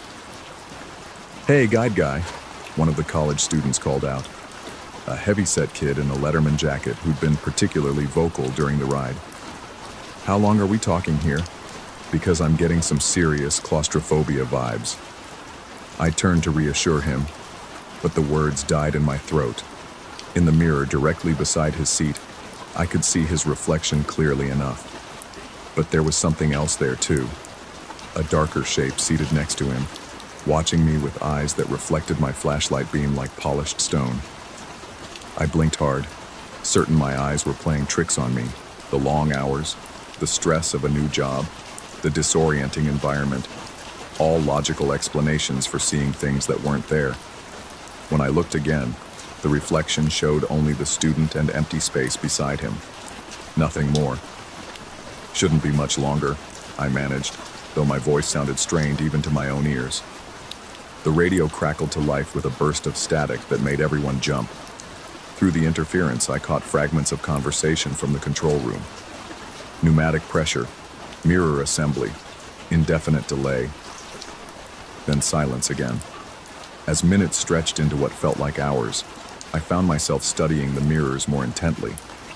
The Hall of Reflections had been designed as a classic funhouse effect, curved surfaces and strategic angles that distorted reality in playful ways. But in our current situation, with the emergency lighting casting strange shadows and the air circulation system creating subtle currents that stirred the artificial fog, the mirrors had become something else entirely. I could see myself in the largest mirror, the one positioned directly across from the guide platform where I stood. My reflection looked normal enough. Tired, slightly nervous, but recognizably me. Then I noticed the empty seat beside me in the reflection, the one designated for trainee guides during their observation period. The seat was supposed to be empty, of course. I was working solo tonight. But as I watched, something began to materialize in that reflected seat. At first, it was just a suggestion of movement, a shift in the shadows that might have been caused by the flickering emergency lights. Then the shape began to solidify, becoming more defined with each passing moment. It was me, or rather, it was something that looked like me, but drained of color and warmth. My doppelganger sat with perfect posture, hands folded calmly in its lap, wearing an expression of serene satisfaction that I'd never seen on my own face. Its eyes, my eyes, but somehow not mine, were fixed directly on me with an intensity that made my skin crawl. I glanced down at the actual seat beside me, empty, just as it should be. But when I looked back at the mirror, my gray double was still there, and now it was smiling. The temperature seemed to drop several degrees. My breath began to mist in the artificial fog, and I felt a chill that had nothing to do with the ride's atmospheric effects. The gray version of myself in the mirror was moving now, subtle gestures that didn't match my own movements. It raised one hand in a slow, deliberate wave, then pointed directly at me. "You seeing this?" the Letterman jacket kid whispered, his earlier bravado completely gone. "In the mirror, man. There's something in the mirror." So I wasn't the only one seeing it. That should have been reassuring, but instead it made everything worse. If others could see it too, then this wasn't just fatigue or stress-induced hallucinations. This was something else entirely. The gray figure in the mirror was becoming more animated, its movements growing more pronounced. It was no longer content to simply sit and observe. Instead, it had begun to lean forward, as if trying to push through the glass barrier that separated our reflections from reality. Its smile had widened into something that looked hungry. Then I felt it, a pressure against my back, as if invisible hands were pushing me forward.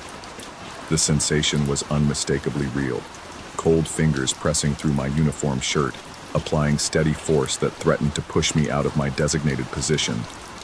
I stumbled forward a step, then another, moving closer to the mirror where my doppelganger waited with obvious anticipation. "What's happening?" One of the other passengers called out, panic creeping into her voice. "Why are we moving?" But we weren't moving. At least the ride car wasn't. Only I was moving, compelled by forces I couldn't see or understand. The pressure against my back increased, and I found myself taking another involuntary step toward the mirror. My reflection grew larger, more detailed, and I could see that my gray double was no longer simply watching. It was actively reaching out, its hand pressed against the inside surface of the glass as if trying to break through. The rational part of my mind scrambled for explanations. Electromagnetic fields from the ride's machinery could cause hallucinations. Carbon monoxide from the fog machines might be affecting our perception. The stress of being trapped in an enclosed space could trigger group hysteria.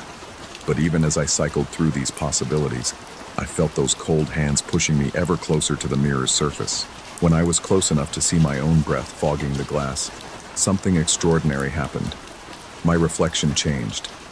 Instead of showing me as I stood there, frightened and confused, it showed the gray version of myself smiling back from my side of the mirror.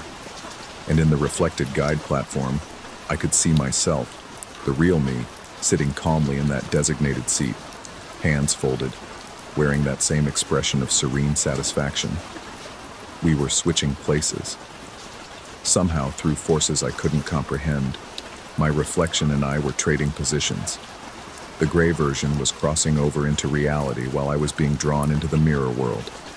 I tried to step back, to resist the invisible force pushing me forward, but my feet felt rooted to the platform. The cold pressure against my back had intensified, and I could feel myself being pulled toward the glass surface like iron filings drawn to a magnet. The mirror seemed to ripple like water, its solid surface becoming permeable, ready to accept me into its reflected dimension. The gray version of myself was almost through now. I could see it pushing against the glass from the other side, its features becoming more solid, more real with each passing second. Its smile had taken on a quality of triumph, as if it had been waiting for this moment, planning for this exact opportunity. Behind me, the passengers were shouting now, their voices mixing into a cacophony of fear and confusion. But their words seemed to come from very far away, as if I was already halfway between worlds. The mirror's surface was inches from my face, and I could feel its cold emanating through the glass like winter breath. Then, just as I was certain I would be pulled through completely, the lights flickered back to life. The hydraulics coughed and wheezed, and the ride car lurched into motion with a mechanical grinding that sounded like industrial salvation. The spell, whatever it had been, broke instantly. I stumbled backward, gasping, as the car began its programmed journey through the remainder of the attraction. The mirrors returned to their normal function, showing only conventional reflections and the standard ghostly illusions that delighted tourists. My gray double was gone, vanished as if it had never existed. The passengers were buzzing with excitement now, convinced they'd experienced something extraordinary, a malfunction that had enhanced the ride's supernatural atmosphere beyond anything the designers had intended. They were already planning to tell their friends about the incredible effects they'd witnessed, the realistic way the mirrors had seemed to come alive during the breakdown. But I knew better. As we rolled past the final scenes and approached the exit platform, I caught glimpses of myself in the remaining mirrors. Normal reflections, showing a shaken guide in a rumpled uniform trying to regain his composure. Everything appeared to be back to normal, except for one small detail that I noticed only as we pulled into the unloading area. In every reflection, no matter which mirror I looked into, my gray double was sitting calmly in that empty seat beside me. Not moving, not reaching out, not trying to switch places. Just sitting there with that patient smile, as if it was content to wait. After all, it had plenty of time. And tomorrow, there would be another shift, another group of passengers, another opportunity for the mirrors to malfunction at just the right moment. The gray version of myself was no longer trapped in the reflected world.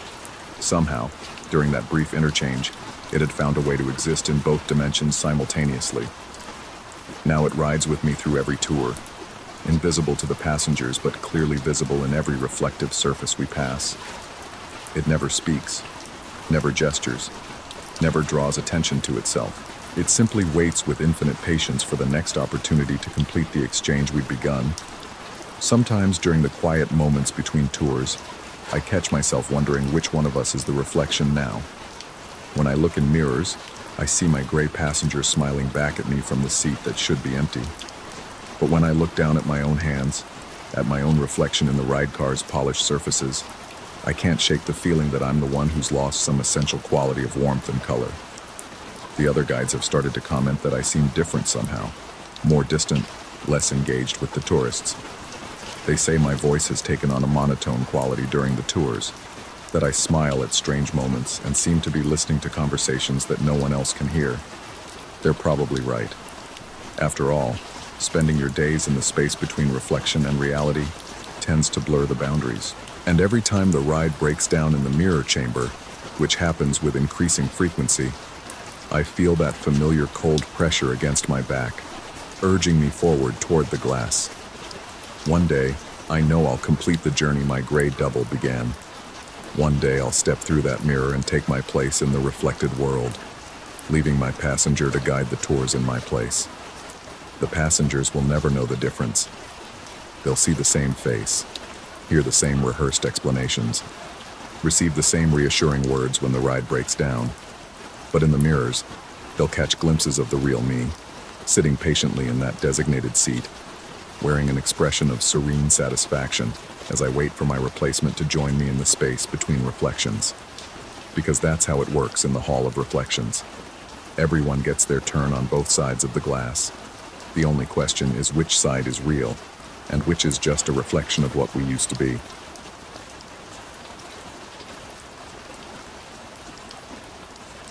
Story 8.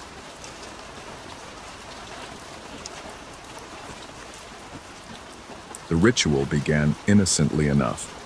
Every weekday at exactly 4:23 p.m., the white panel van would cruise down Maple Street, and my brother and I would be there, crouched behind the rusted mailbox at the corner of our yard, notebooks ready.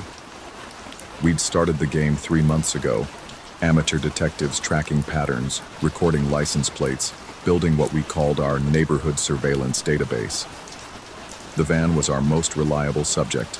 License plate number KJH7829, driver always wearing a dark baseball cap, passenger seat perpetually empty, speed never exceeding 25 miles per hour. The van's punctuality was almost supernatural, not 4:22, not 4:24, always 4:23 on the dot. My brother had started timing it with his digital watch, the one with the obnoxious beeping alarm that he'd set to sound at 4:20 as our 3-minute warning. We'd drop whatever we were doing and assume our positions. 2 17-year-old boys playing at being private investigators, documenting the mundane movements of suburban traffic. The driver never looked our way, never slowed, never deviated from his route. That consistency should have been comforting, but there was something about the van's mechanical precision that made my skin crawl.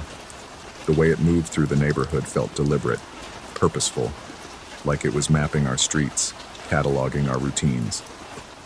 My brother thought I was being paranoid.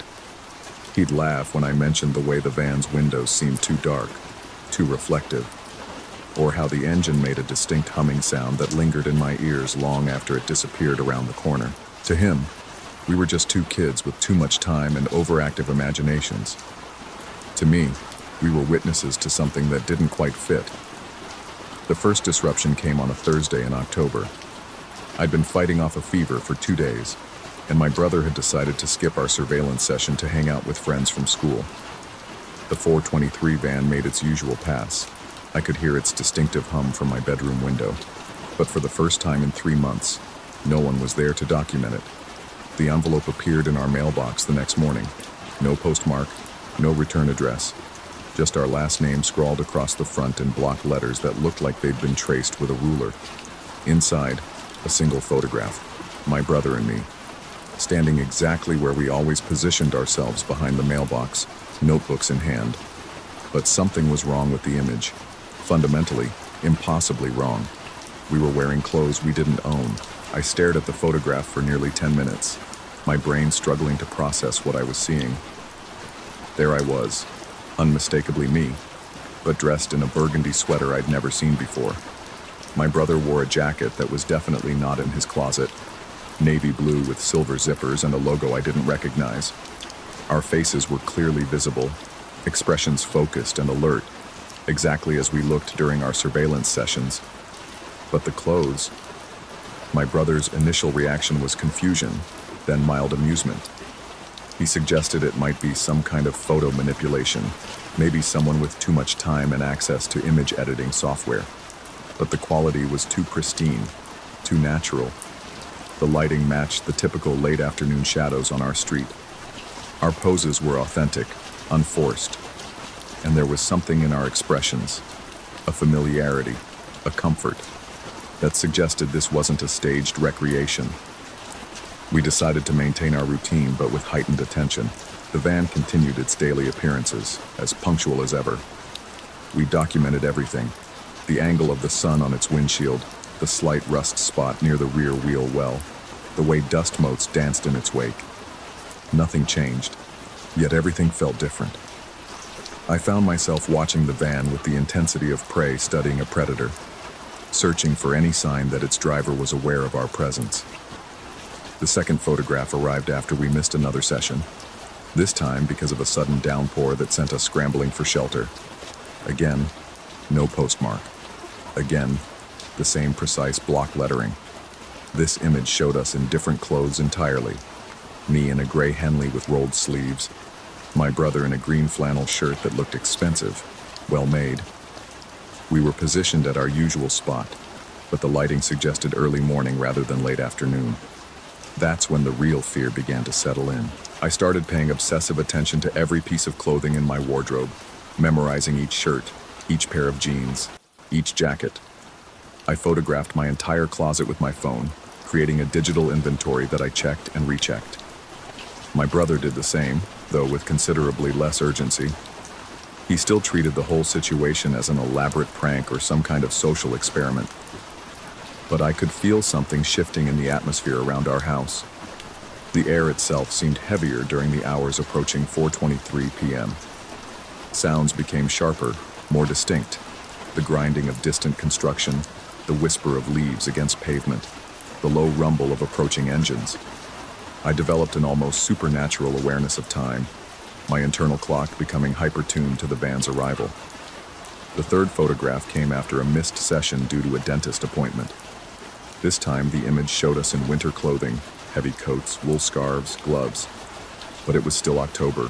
The trees in the background of the photo were bare, the ground appeared frost-covered, and our breath was visible in small white puffs. We looked older somehow. Our faces carried a weariness that I didn't recognize, a tension that seemed etched into our features. My brother's confidence began to waver. He spent long minutes studying the photograph, tracing his finger along the edges, holding it up to different light sources.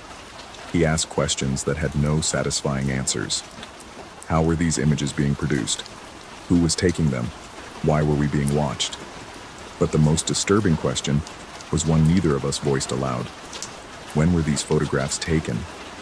I began experiencing episodes of displaced time, moments where I'd find myself standing at the mailbox with no memory of walking there, or discovering that hours had passed while I sat motionless at my desk. My brother reported similar experiences, though he attributed them to stress and lack of sleep. We were both becoming increasingly fixated on the van, on the photographs, on the growing certainty that our reality was being manipulated by forces we couldn't comprehend. The fourth photograph showed us in spring clothing. Light jackets, new sneakers, t-shirts in colors I'd never worn.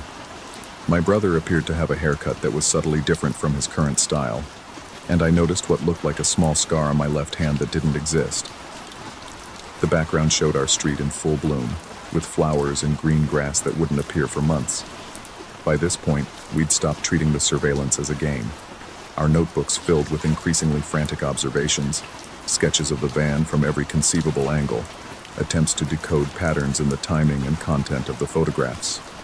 We researched the license plate number, cross-referenced it with public records, even called the DMV pretending to report a hit-and-run incident. The plate didn't exist in any system we could access. I started leaving the house earlier each day, positioning myself at various locations along the van's route, trying to catch sight of the driver's face or identify where the vehicle went after it passed our street. But the van seemed to materialize precisely at 4:23 p.m. and dissolve into the suburban landscape immediately afterward. I never saw it arrive or leave, only that single constant passage through our neighborhood. The fifth photograph arrived after we deliberately skipped a session, hiding inside the house and watching from behind closed curtains. The image showed us at our usual position, but in clothes that looked formal, expensive, suits that fit perfectly, dress shoes that gleamed with fresh polish. Our postures were different too, more confident, more mature. We looked like adult versions of ourselves, successful and self-assured in ways that seemed impossible to fake. That night, I dreamed about the van. In the dream, I was standing in the street as it approached, and instead of passing by, it slowed to a stop directly in front of me. The driver's window rolled down, revealing nothing but darkness. Not the absence of a person, but the presence of void itself.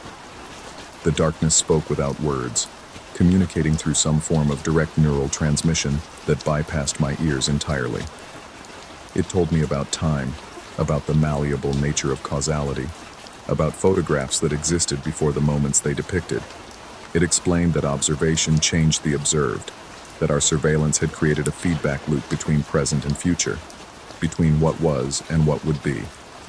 The van, it said, was both consequence and cause, documenting our lives while simultaneously creating the timeline it recorded. I woke up with the taste of copper in my mouth and the absolute certainty that the dream was not a dream. The sixth photograph came without our missing a session. We were both there at 4:23 p.m., notebooks ready, when the van made its usual pass. The envelope appeared in our mailbox the next morning anyway. This image showed us in winter again, but different winter clothes from the previous cold weather photograph. We looked exhausted, hollow-eyed, like people who hadn't slept properly in months. The setting appeared to be early evening rather than late afternoon, and snow was falling around us in thick, heavy flakes. But the most disturbing detail was barely visible in the background, a second figure standing in the shadows beside our house, watching us watch the street. The figure was too distant and too dark to identify, but its presence transformed the entire composition from surveillance to counter-surveillance. My brother stopped sleeping. I could hear him moving around the house at all hours, checking locks, peering through windows, muttering to himself in words too quiet to distinguish. During the day, he maintained a veneer of normalcy, but his eyes had developed a constant vigilance that made conversation feel like an interrogation. We both began to notice things that might have been there all along but somehow escaped our attention. The way certain neighbors never seemed to be outside during the van's passage. How some houses always had their curtains drawn at exactly the wrong moments. The fact that mail delivery never coincided with our 4:23 p.m. surveillance sessions. The seventh photograph showed us in summer clothing, standing not behind the mailbox, but directly in the street, blocking the van's path. Our faces were turned toward the camera, expressions unreadable, as if we were posing deliberately rather than conducting surveillance. Behind us, the van sat motionless, its driver's door hanging open, revealing an empty seat. That image changed everything. We were no longer observers in someone else's experiment. We were participants in our own entrapment. I spent 3 days trying to convince myself that the photographs were elaborate fakes, that someone was playing an impossibly sophisticated prank, that there had to be a rational explanation for images that showed us in future circumstances we'd never experienced. But the evidence was accumulating beyond the possibility of coincidence or manipulation. The clothes in the photographs were real. I'd started finding them in stores, exactly as depicted. The burgundy sweater in a downtown boutique, the gray Henley in a catalog that arrived in our mail. The prices were astronomical, far beyond what we could afford, but there they were, perfect matches for garments we'd allegedly worn but never owned. My brother suggested we stop the surveillance entirely, abandon our positions at 4:23 p.m. and see if the photographs would stop arriving. But I knew, with the certainty that comes from dreams that aren't dreams, that the van would continue its passage whether we were there to witness it or not. The photographs weren't documenting our presence. They were documenting our inevitability. Yesterday I bought the burgundy sweater. I told myself it was an experiment, a way to test the boundaries of whatever was happening to us. But as I handed over the money, more than I'd ever spent on clothing, I understood that choice wasn't involved. The sweater felt familiar in my hands, like something I'd owned for years rather than seconds. Tonight my brother bought the navy jacket with silver zippers. We haven't discussed our purchases, but we both know what's happening. The photographs aren't predicting our future, they're creating it. Each image is a destination we're being pulled toward, a moment we're being shaped to inhabit. Tomorrow is Friday. At exactly 4:23 p.m., a white panel van will pass down Maple Street. My brother and I will be there, positioned behind the mailbox, notebooks in hand. We'll be wearing clothes we never chose but somehow acquired, living moments we never planned but somehow can't avoid. And somewhere, in a time that hasn't happened yet but somehow already has, someone will be taking our photograph.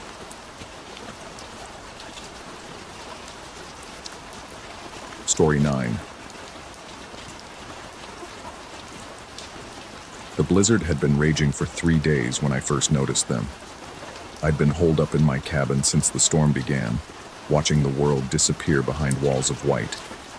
The wind howled like something wounded, rattling the windows with fingers of ice. But it was the silence between the gusts that unnerved me most.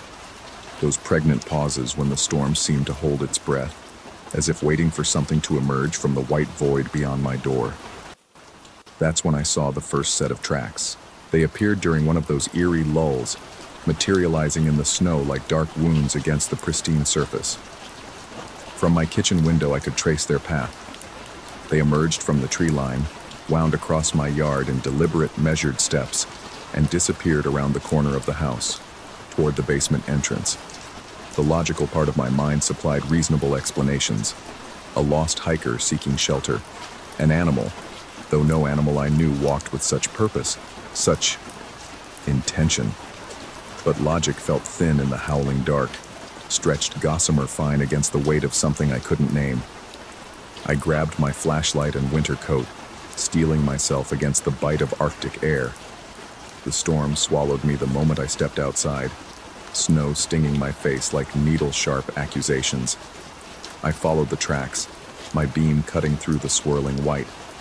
Each footprint was deeper than the last, as if whatever made them grew heavier with each step.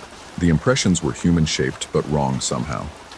Too elongated, with spacing that suggested an unnatural gait. They led exactly where I'd feared, to the slanted wooden doors that covered my basement entrance. The doors I'd locked from the inside 6 months ago and hadn't opened since. Yet they stood ajar now, darkness yawning between them like a hungry mouth. I descended the concrete steps, flashlight beam dancing across stone walls that wept with condensation. The basement smelled of earth and something else, something cold and old, like water that had never seen sunlight. My foot kicked something metallic, and when I looked down, my stomach clenched. The padlock I'd installed lay open, its metal bright and unmarked by rust, as if it had been opened from the inside. But that was impossible. The only other exit was through the house, through rooms I'd occupied for the past 3 days. I swept the flashlight across the basement's familiar contents. Old furniture draped in sheets, boxes of forgotten belongings, the ancient furnace that wheezed and groaned even in summer. Everything appeared undisturbed, yet something felt fundamentally wrong. The air itself seemed thicker, pregnant with an expectation I couldn't define. That night, I triple-checked every lock in the house and dragged a chair against the basement door for good measure. Sleep came fitfully, haunted by dreams of footsteps overhead and the sound of something scraping against glass. I woke to find new tracks. These were different, deeper, more deliberate. They formed a rough circle around the house, always maintaining the same distance from the walls, as if whatever made them was studying the structure, learning its weaknesses. But it was their endpoint that made my blood run cold. They led not just to the basement entrance, but inside it, disappearing into the darkness below. This time, when I followed them down, I discovered something that made my hands shake. The tracks didn't end at the bottom of the stairs. They continued across the concrete floor, weaving between my stored possessions with intimate familiarity, before stopping directly beneath the basement window, the window that looked up at my bedroom. I aimed my flashlight upward, illuminating the grimy glass. For a moment, I thought I saw something looking back, a pale suggestion of features pressed against the opposite side. But when I blinked, there was nothing but my own reflection, distorted and strange. The tracks appeared again the following night, and the next. Each time they grew more complex, more purposeful. What had begun as simple trails evolved into intricate patterns, symbols etched into the snow with deliberate precision. I recognized some of them from half-remembered folklore, protective wards, summoning circles, binding marks older than written history. Yet recognition brought no comfort, only the gnawing certainty that something was systematically preparing for an event I couldn't comprehend. I tried photographing the symbols, but the images came out blurred, as if the patterns themselves resisted documentation. I attempted to research their meanings online, but the internet connection had died with the storm, leaving me isolated with my growing dread. The worst part was how the snow reacted when I tried to disturb the tracks. The first time I attempted to obliterate a particularly complex symbol, the snow hardened beneath my boots, transforming from powder to something resembling frosted glass.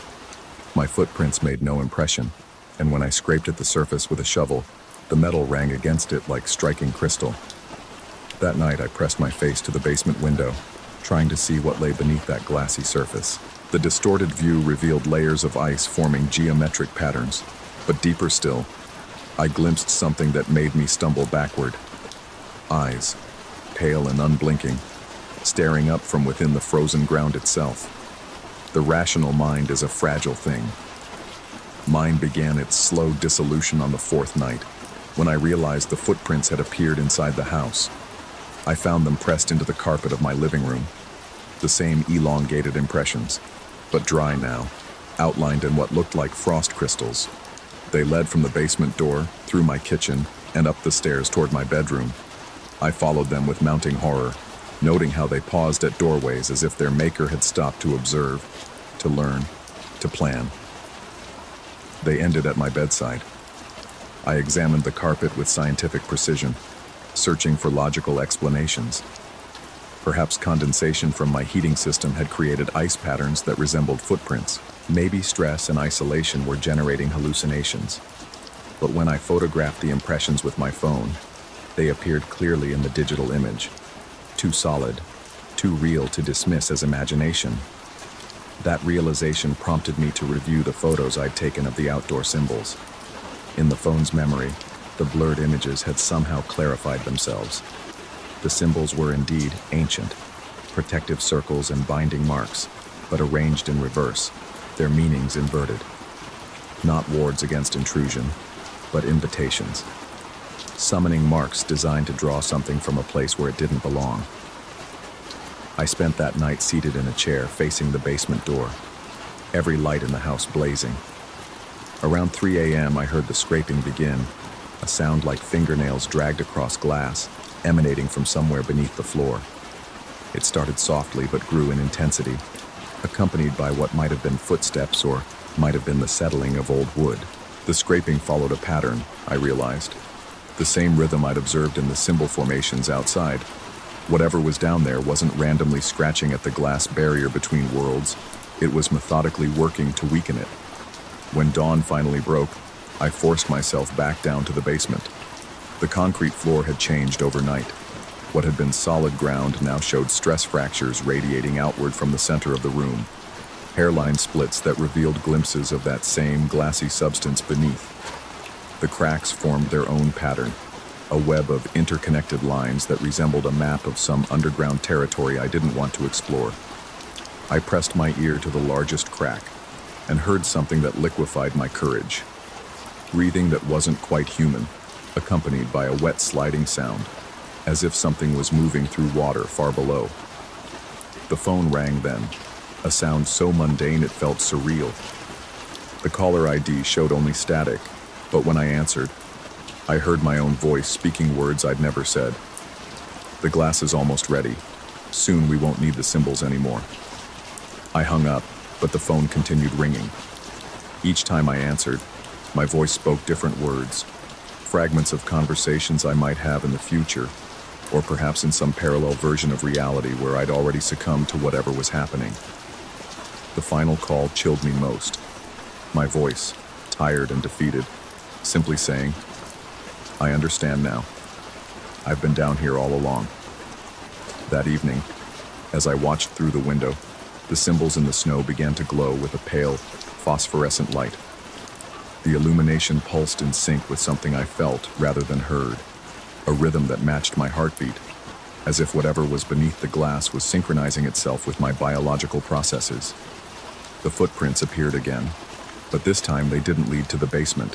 They started at the basement entrance and led away, disappearing into the storm, as if whatever had been visiting me nightly had finally found what it needed and departed for destinations unknown. But the relief I felt proved premature. When I descended to check the basement one final time, I discovered the truth that shattered my remaining sanity. The footprints down there weren't leading toward the window anymore. They were leading away from it. The glass beneath the concrete had finally given way, revealing a portal into a space that defied geometry. Through the opening, I could see my own basement from below, but inverted and wrong. A mirror image where the shadows fell upward, and the familiar objects cast impossible reflections. In that inverted space, I glimpsed my doppelganger moving about the familiar rooms, following the same routines I'd maintained for days. But this other version of myself moved with that same elongated gait I'd observed in the snow. And when it turned toward the opening, its face bore features that were almost but not quite my own. The worst revelation came when I realized the reflection wasn't limited to the basement. Every window in the house now showed glimpses of that other place, where another version of myself went through the motions of normal life, while something else, something that had learned to mimic my patterns with disturbing accuracy, prepared to take my place in this reality. I write this now from my bedroom, though I'm no longer certain which bedroom it truly is. The walls feel subtly wrong, the angles slightly off. My reflection in the mirror moves a fraction of a second behind my actual movements, and sometimes I catch it performing actions I didn't make. The snow has stopped falling, but the symbols remain, glowing softly in the darkness beyond my windows. The basement door stands open, though I don't remember unlocking it. And somewhere in the house, above me or below me or perhaps existing in the space between spaces, footsteps continue their patient circuit, wearing paths through a reality that grows thinner with each passing hour. The phone rings occasionally, but I no longer answer. I know it's my voice on the other end, and I know what it's trying to tell me. The question that haunts my remaining hours isn't whether I've lost my mind, but whether the mind I've lost was ever truly mine to begin with. Outside, new tracks are forming in the snow, leading away from the house toward a destination I can't see. They're deeper now, more purposeful, as if whatever made them has finally learned to carry the full weight of human existence. And in the glass beneath my feet, something that looks exactly like me is learning to breathe air instead of whatever sustains it in that place below the world. Story 10. The maintenance worker appeared during the lunch break, standing beside the old playground equipment like he'd materialized from the morning mist. His coveralls bore no company logo, just a generic plastic badge that caught the pale autumn light wrong, reflecting nothing back. The metal slide behind him gleamed with condensation, and the swing chains hung motionless in air so still, it felt deliberately held. I'd been grading papers on the bench when his shadow fell across my stack of assignments. The shadow seemed too long for the position of the sun, stretching toward the drainage grate beneath the monkey bars with unnatural precision. When I looked up, his face held that particular emptiness of someone delivering bad news they didn't quite understand themselves. He needed help with the pipes, he said. Something about blockage underneath the playground. The words came out flat and rehearsed like he'd practiced them in a mirror until they lost all meaning. His eyes never quite met mine, instead focusing on some point just behind my shoulder where nothing existed except empty air and the distant brick wall of the school building. I told him I was just a teacher, that maintenance issues weren't my responsibility. The words felt reasonable leaving my mouth, but they seemed to hang in the air between us longer than they should have, growing heavier with each passing second. He nodded as if he'd expected my response, then repeated his request with the exact same inflection, the exact same pause between pipes and underneath. The repetition sent something cold crawling up my spine. The afternoon wore on, but he remained. Through my classroom window during fifth period, I could see him standing by the playground, occasionally gesturing toward the drainage system as if explaining the problem to invisible supervisors. Students began to notice him too, their attention drifting from algebraic equations to the solitary figure who never seemed to move beyond a 5-foot radius of the monkey bars. When the final bell rang and the building emptied, I found myself walking toward the playground, despite every rational instinct screaming against it. The custodial staff had gone home. The parking lot lay deserted, except for my car and a single white van with tinted windows that hadn't been there that morning. The van bore no identifying marks, its license plate obscured by what looked like deliberately caked mud. He was waiting by the drainage grate, crouched now with his hands pressed flat against the metal grating. Up close, his coveralls revealed strange details I hadn't noticed from a distance. The fabric wasn't quite the right texture for work clothes, too smooth and synthetic, like costume material. The generic badge held no name, no company, just a blank square of white plastic that somehow managed to be more unsettling than any corporate logo would have been. The problem, he explained without looking up, was serious. Water couldn't flow properly through the pipes. Children's safety was at stake if the drainage failed during the next heavy rain. The playground would flood, creating hazardous conditions. His voice maintained that same rehearsed quality, but now I could hear something underneath it. Not urgency exactly, but a kind of desperate insistence that felt wrong. I knelt beside the grate and peered down into the darkness. The metal was ice cold against my palms, much colder than the moderate October temperature should have allowed. The smell rising from below wasn't the expected mustiness of stagnant water, but something else. Fabric softener and chalk dust, achingly familiar yet completely out of place in a drainage system. The worker handed me a flashlight without being asked, and that simple gesture felt like crossing some invisible line I hadn't known existed. The flashlight was too heavy, its metal casing worn smooth in places where hands had gripped it countless times. When I clicked it on, the beam revealed more than I was prepared to see. Small hands pressed against the sides of the pipe, but not hands exactly. Cloth hands, sewn with careful stitches and stuffed with something that gave them the proper shape and weight.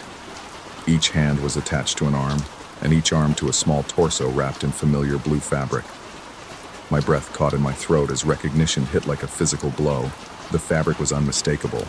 The same blue cotton of my old elementary school uniform, the one I'd worn decades ago to this very building, the one my mother had carefully labeled with my name in permanent marker before that first day of kindergarten, the one that had been lost when my family moved across town, never to be seen again. But here it was, sewn into small figures that couldn't quite be called dolls because dolls implied something harmless, something made for play. These were different. These were made with purpose I couldn't begin to understand. The worker's voice reached me as if from a great distance, explaining about pressure and flow, and the urgent need to clear the obstruction. But I couldn't focus on his words because the button eyes of the cloth figures had begun to move, tracking the beam of my flashlight with mechanical precision. Black buttons sewn to cloth faces, but moving with the deliberate attention of living things. I jerked the flashlight beam away, but in my peripheral vision, I could swear the button eyes continued to follow its movement.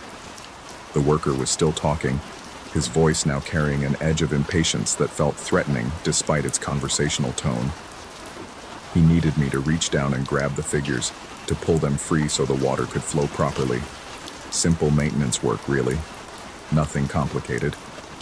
My hands shook as I held the flashlight, sending the beam dancing wildly across the pipe walls. With each movement of the light, the button eyes seemed to track more aggressively, as if my nervousness was somehow feeding their animation. The smell of fabric softener grew stronger, mixed now with something else, the particular scent of elementary school classrooms, that combination of crayon wax and floor cleaner that existed nowhere else in the world. The worker's hand fell on my shoulder, and his touch was wrong in ways I couldn't articulate. Too cold, too firm, too deliberate. He guided my hand toward the grate opening, and I found myself unable to resist despite every instinct screaming against it. His grip wasn't painful, but it was absolute, like being held by machinery rather than flesh. As my hand descended toward the opening, the cloth figures seemed to shift position, arranging themselves in anticipation. Their button eyes all turned upward now, fixed on my approaching fingers with hungry attention. The stitching that held them together caught the flashlight beam, revealing needlework so precise it seemed impossible to have been done by human hands. But it was the labels that finally broke my paralysis. Sewn into the collar of each cloth figure, written in my mother's careful handwriting, was my name. Not just any name, but my full name as she'd written it all those years ago, complete with the little flourish she'd added to the final letter. The same name, repeated on every figure, as if they were all versions of the same person at different stages of some unimaginable process. I yanked my hand back so violently that I lost my balance, falling backward onto the playground's rubberized surface. The flashlight flew from my grip, landing with a metallic clatter that echoed off the empty school building. In the sudden darkness, I could hear the workers breathing, steady and patient as a machine waiting for the next command. When I scrambled to retrieve the flashlight, its beam revealed the drainage grate exactly as it had been before. Clean metal bars over what looked like perfectly normal pipes. No cloth figures, no button eyes, no blue fabric from a uniform I'd worn 30 years ago. Just standard municipal drainage, the kind found beneath every playground in every city. The worker stood beside me, his expression unchanged, as if nothing had happened. He thanked me for my time and explained that the problem had resolved itself, as these things sometimes did. Pressure changes in the system, he said. Very common. Nothing to worry about. His voice had returned to that same flat, rehearsed quality, but now I could hear something else underneath it. Satisfaction, perhaps, or completion. He walked away toward the white van, his footsteps making no sound on the asphalt. I watched him drive away, noting how the van's headlights never turned on despite the gathering dusk, and how its taillights remained dark even as it disappeared around the corner. The next morning, I found a note in my classroom mailbox. It was written on school letterhead in handwriting I didn't recognize, thanking me for my assistance with the maintenance issue. The note was signed with an illegible scrawl and dated 3 days in the future. When I showed it to the principal, she looked at me with concern and suggested I might be working too hard, that perhaps I should consider taking a few days off. But it's not stress, and it's not imagination. Because every morning since that afternoon, I find small blue threads caught on my classroom door handle. They're always there when I arrive, but gone by lunch, as if someone removes them during the hours when I'm teaching. The threads are the exact shade of blue as that long-lost school uniform, and they smell faintly of fabric softener and chalk dust. And sometimes, in the corner of my vision while I'm writing on the blackboard, I catch glimpses of button eyes watching me from the window. They're only there for a fraction of a second, never long enough for me to turn and confirm what I've seen. But I know they're there, patient and waiting, sewn into fabric that should have been discarded decades ago. The maintenance worker hasn't returned, but his van drives past the school every Tuesday at exactly 3:15. Its windows too tinted to see inside. And every Tuesday, I find myself drawn to the playground after the students have gone home, standing over the drainage grate with a flashlight in my hand, wondering what I might see if I looked down into the darkness again, wondering if those button eyes are still watching me from below, sewn to figures made from pieces of my past that were supposed to stay buried, wondering if the worker with the generic badge is somewhere in the network of pipes beneath the city, carefully arranging more cloth figures and waiting for the next person who'll be curious enough to look, wondering if the threads on my door handle are messages or warnings, or simply evidence that some maintenance work is never really finished. The flashlight grows heavier in my hand each Tuesday, but I never quite find the courage to turn it on, because deep down, beneath all the rational explanations and reasonable doubts, I know exactly what I would see in those pipes, and I know that this time, when the button eyes turn to follow my light, they won't be alone. There would be more figures now, more pieces of blue fabric sewn with impossible precision, more versions of something that was once me, waiting in the darkness beneath the playground where children laugh and play, unaware of what watches them from below. And maybe, if I listened carefully enough in the silence after the school empties, I would hear the sound of sewing machines working in the pipes, creating new figures for new purposes I'm not ready to understand. The maintenance never really ends. It just moves deeper underground, where the work can continue undisturbed.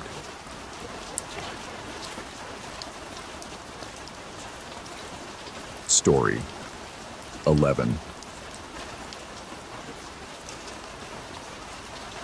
The convention center's main ballroom thrummed with artificial thunder, strobing lights casting shadows that danced like living things across walls draped in synthetic cobwebs. I adjusted my jacket, a simple black blazer over dark jeans, my concession to the costume requirement, and wondered why I'd let my coworker convince me to attend this cosplay event. The air tasted metallic, heavy with dry ice fog, and the chemical sweetness of hairspray from elaborate wigs. Around me, hundreds of figures moved in careful choreography, their costumes ranging from intricate armor that must have taken months to craft to simple accessories thrown together at the last minute. The band on stage, 4 musicians dressed as various movie villains, played covers of science fiction soundtracks with surprising skill. Their current selection, a haunting rendition of the main theme from that space opera everyone knew, filled the cavernous room with orchestral weight. I moved toward the refreshment table, navigating between a towering robot costume and someone dressed as a witch, when the sensation first hit me. Eyes. Not the casual glances of other attendees admiring costumes or seeking familiar faces, but something more focused, more intent. The feeling crawled up my spine like ice water, and I turned slowly, scanning the crowd. That's when I saw him. The figure stood perhaps 30 feet away, motionless among the swaying dancers. His costume appeared simple at first glance, a dark hooded robe that could have belonged to any number of fictional characters. But the mask drew my attention and held it with magnetic force. It was perfectly smooth, featureless except for two dark eye holes, crafted from what looked like porcelain or high-quality plastic. The surface reflected the room's chaotic lighting in strange ways, sometimes appearing pure white, other times seeming to absorb the colors around it. What unsettled me most was his stillness. While everyone else moved to the music, talked, or adjusted their costumes, he simply stood there, watching me. I forced myself to look away, focusing on pouring punch into a plastic cup. The sweet liquid tasted flat, artificial. When I glanced back, the figure had moved closer. Not walking. I hadn't seen him take a single step, but somehow he now stood only 20 feet away. The crowd between us should have blocked his path, yet there he was, as if he'd simply materialized in a new position. My hands began to shake slightly. I set down the cup and decided to lose myself in the crowd, perhaps find the coworker who'd invited me and make some excuse to leave early. The evening had lost whatever appeal it might have possessed. I pushed through clusters of costumed attendees, their conversations creating a wall of sound that should have been comforting, but instead felt oppressive. Laughter rang too sharp, voices pitched too high. Even the music from the stage seemed to take on an edge it hadn't possessed before. I couldn't shake the crawling certainty that the masked figure was following me, though every time I turned to look, the press of bodies made it impossible to spot him clearly. The feeling of being hunted intensified as I made my way toward the far end of the ballroom. My chest tightened, breath coming shorter. This was ridiculous. I was a grown man getting spooked by someone in a costume at a party. Yet rational thought couldn't dispel the primitive alarm signals firing in my brain. I spotted an alcove near the emergency exit where several large potted plants created a natural barrier. Perfect. I could catch my breath there, maybe send a text to my coworker, and plan my escape. The space was dimly lit, offering a reprieve from the strobing main lights, and I felt my pulse begin to slow as I settled behind the largest plant. That's when the music changed. It didn't stop or shift to a new song.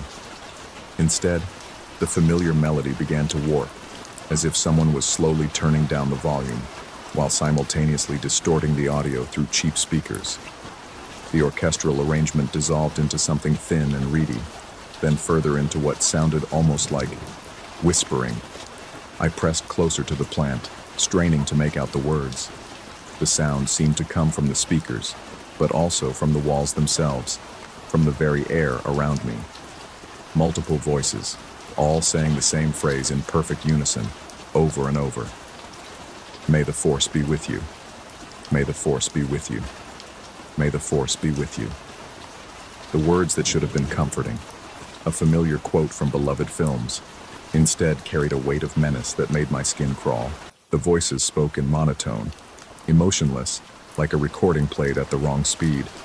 And beneath the words, I could swear I heard something else, a sound like fabric rustling or footsteps on carpet, drawing closer. I peered around the edge of the plant. The masked figure stood at the entrance to my alcove. Up close, I could see details that made my mouth go dry. The robe wasn't simply dark, it seemed to absorb light, creating a void in human shape. But it was the mask that truly terrified me. What I'd taken for porcelain or plastic revealed itself as something else entirely.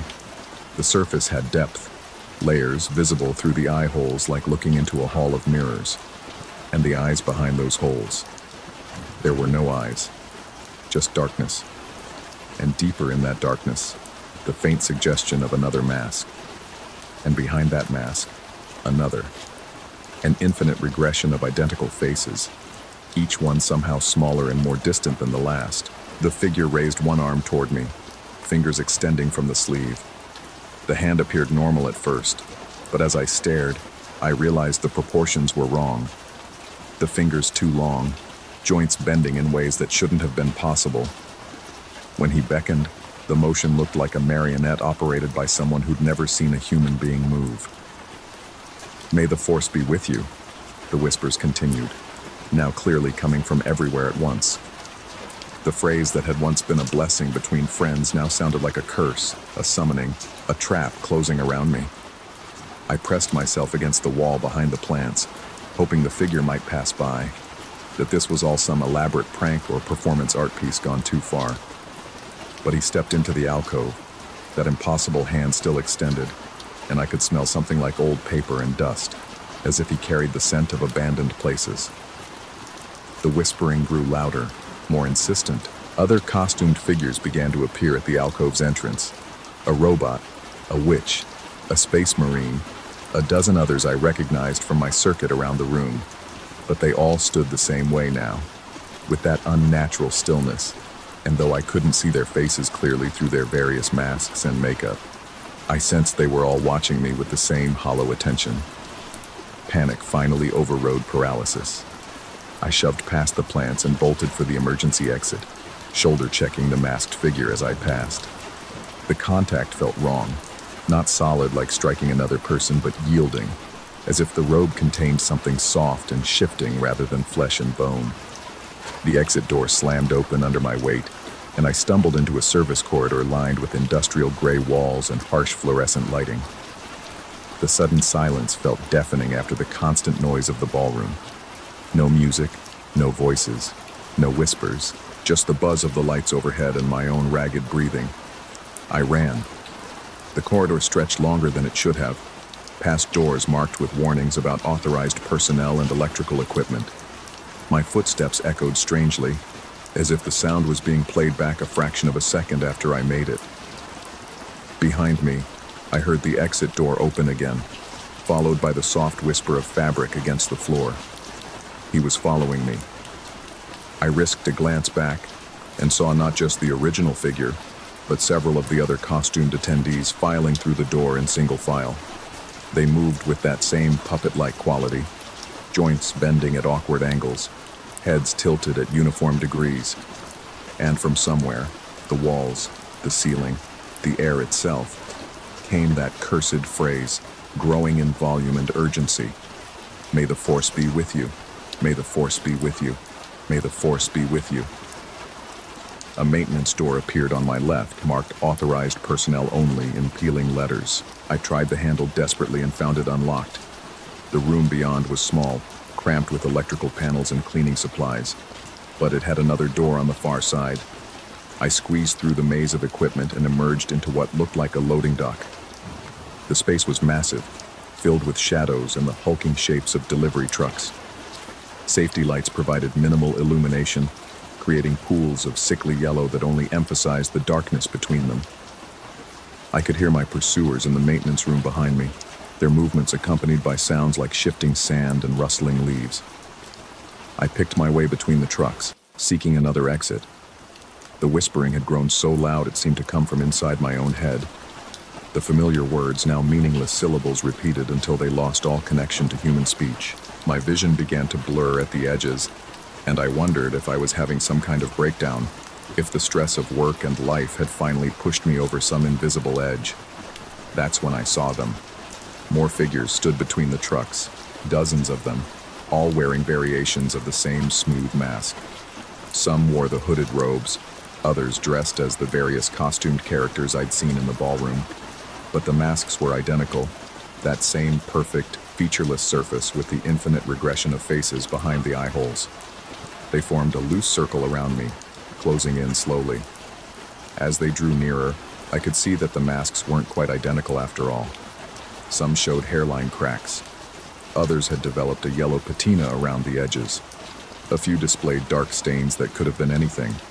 But behind every mask, that same horrible depth, layer upon layer of identical faces receding into a darkness that hurt to look at.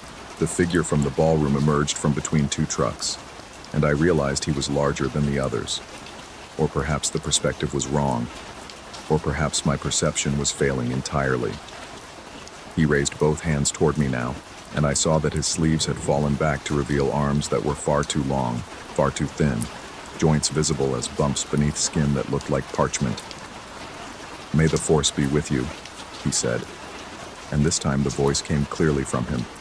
though it sounded like multiple people speaking in unison. The other figures took up the chant, their voices layering until the words became a wall of sound that pressed against me from all sides. I closed my eyes, certain this was the end of whatever was happening to me, whether it was real or imagined. The chanting grew so loud it seemed to shake the building, and I felt hands, too many hands, with too many joints, reaching for me. Then silence. I opened my eyes to find myself alone in the loading dock. No figures, no masks, no impossible anatomy. Just me, standing among the trucks in the weak light of the safety lamps. In the distance, I could hear the muffled sound of music from the ballroom, normal music, playing normal songs for normal people having a normal evening. I made my way back through the service corridors, following exit signs until I found myself in the convention center's main lobby. The ballroom doors stood open, revealing the ongoing party in all its colorful chaos. People danced, talked, laughed. The band played requests. Everything looked exactly as it had when I'd first arrived. I approached the doors cautiously, scanning the crowd for any sign of the masked figures. Nothing. Just regular people in creative costumes, enjoying themselves at a themed event. The relief was so overwhelming, I nearly collapsed. That's when I noticed my reflection in the glass doors. The face looking back at me was smooth, featureless except for two dark eye holes. Behind those holes I could see another face, and behind that face, another. An infinite progression of identical masks, each one somehow smaller and more distant than the last. I raised my hand to touch my face and felt only the cold, hard surface of porcelain or high-quality plastic. From inside the ballroom, faint but growing stronger, came the sound of whispers layering into a familiar chant. May the force be with you. May the force be with you. May the force be with you. I turned away from my reflection and walked toward the exit, my footsteps echoing strangely, as if the sound was being played back a fraction of a second after I made it. Behind me, I heard the ballroom doors open, followed by the soft whisper of fabric against the floor. The night air outside tasted metallic, heavy with chemical sweetness, and the scent of old paper and dust. In the parking lot, dozens of figures stood motionless among the cars, all wearing masks, all watching me with hollow attention. I got in my car and drove home, the radio playing static that occasionally resolved into whispered repetitions of familiar words. At red lights, I saw masked figures standing on street corners. In my rearview mirror, cars followed at the exact same distance, their drivers hidden behind smooth, reflective surfaces. At home, I avoided mirrors and tried to sleep, but the whispers continued, coming from the walls, the ceiling, the air itself. When I finally drifted off sometime near dawn, I dreamed of infinite corridors filled with infinite figures, all wearing the same face, all speaking the same words, all reaching for me with hands that had too many joints. I woke to sunlight streaming through my bedroom windows and the comforting sounds of a normal world outside. Traffic, birds, a neighbor's dog barking. The night seemed like a fever dream, the kind of vivid nightmare that feels completely real until daylight reveals its impossibility. But when I went to brush my teeth, the bathroom mirror showed only a smooth, featureless surface where my face should have been. And from somewhere deep in the house, carried on air currents I couldn't feel, came the faint whisper of familiar words. I haven't looked in a mirror since. I've learned to navigate by sound and touch, to live in a world where reflective surfaces might show me truths I'm not prepared to accept. Sometimes, in crowded places, I hear whispers that sound almost like blessing, almost like curse. Sometimes I feel eyes watching me with hollow attention, and sometimes late at night when sleep won't come, I wonder if I ever really left that ballroom at all.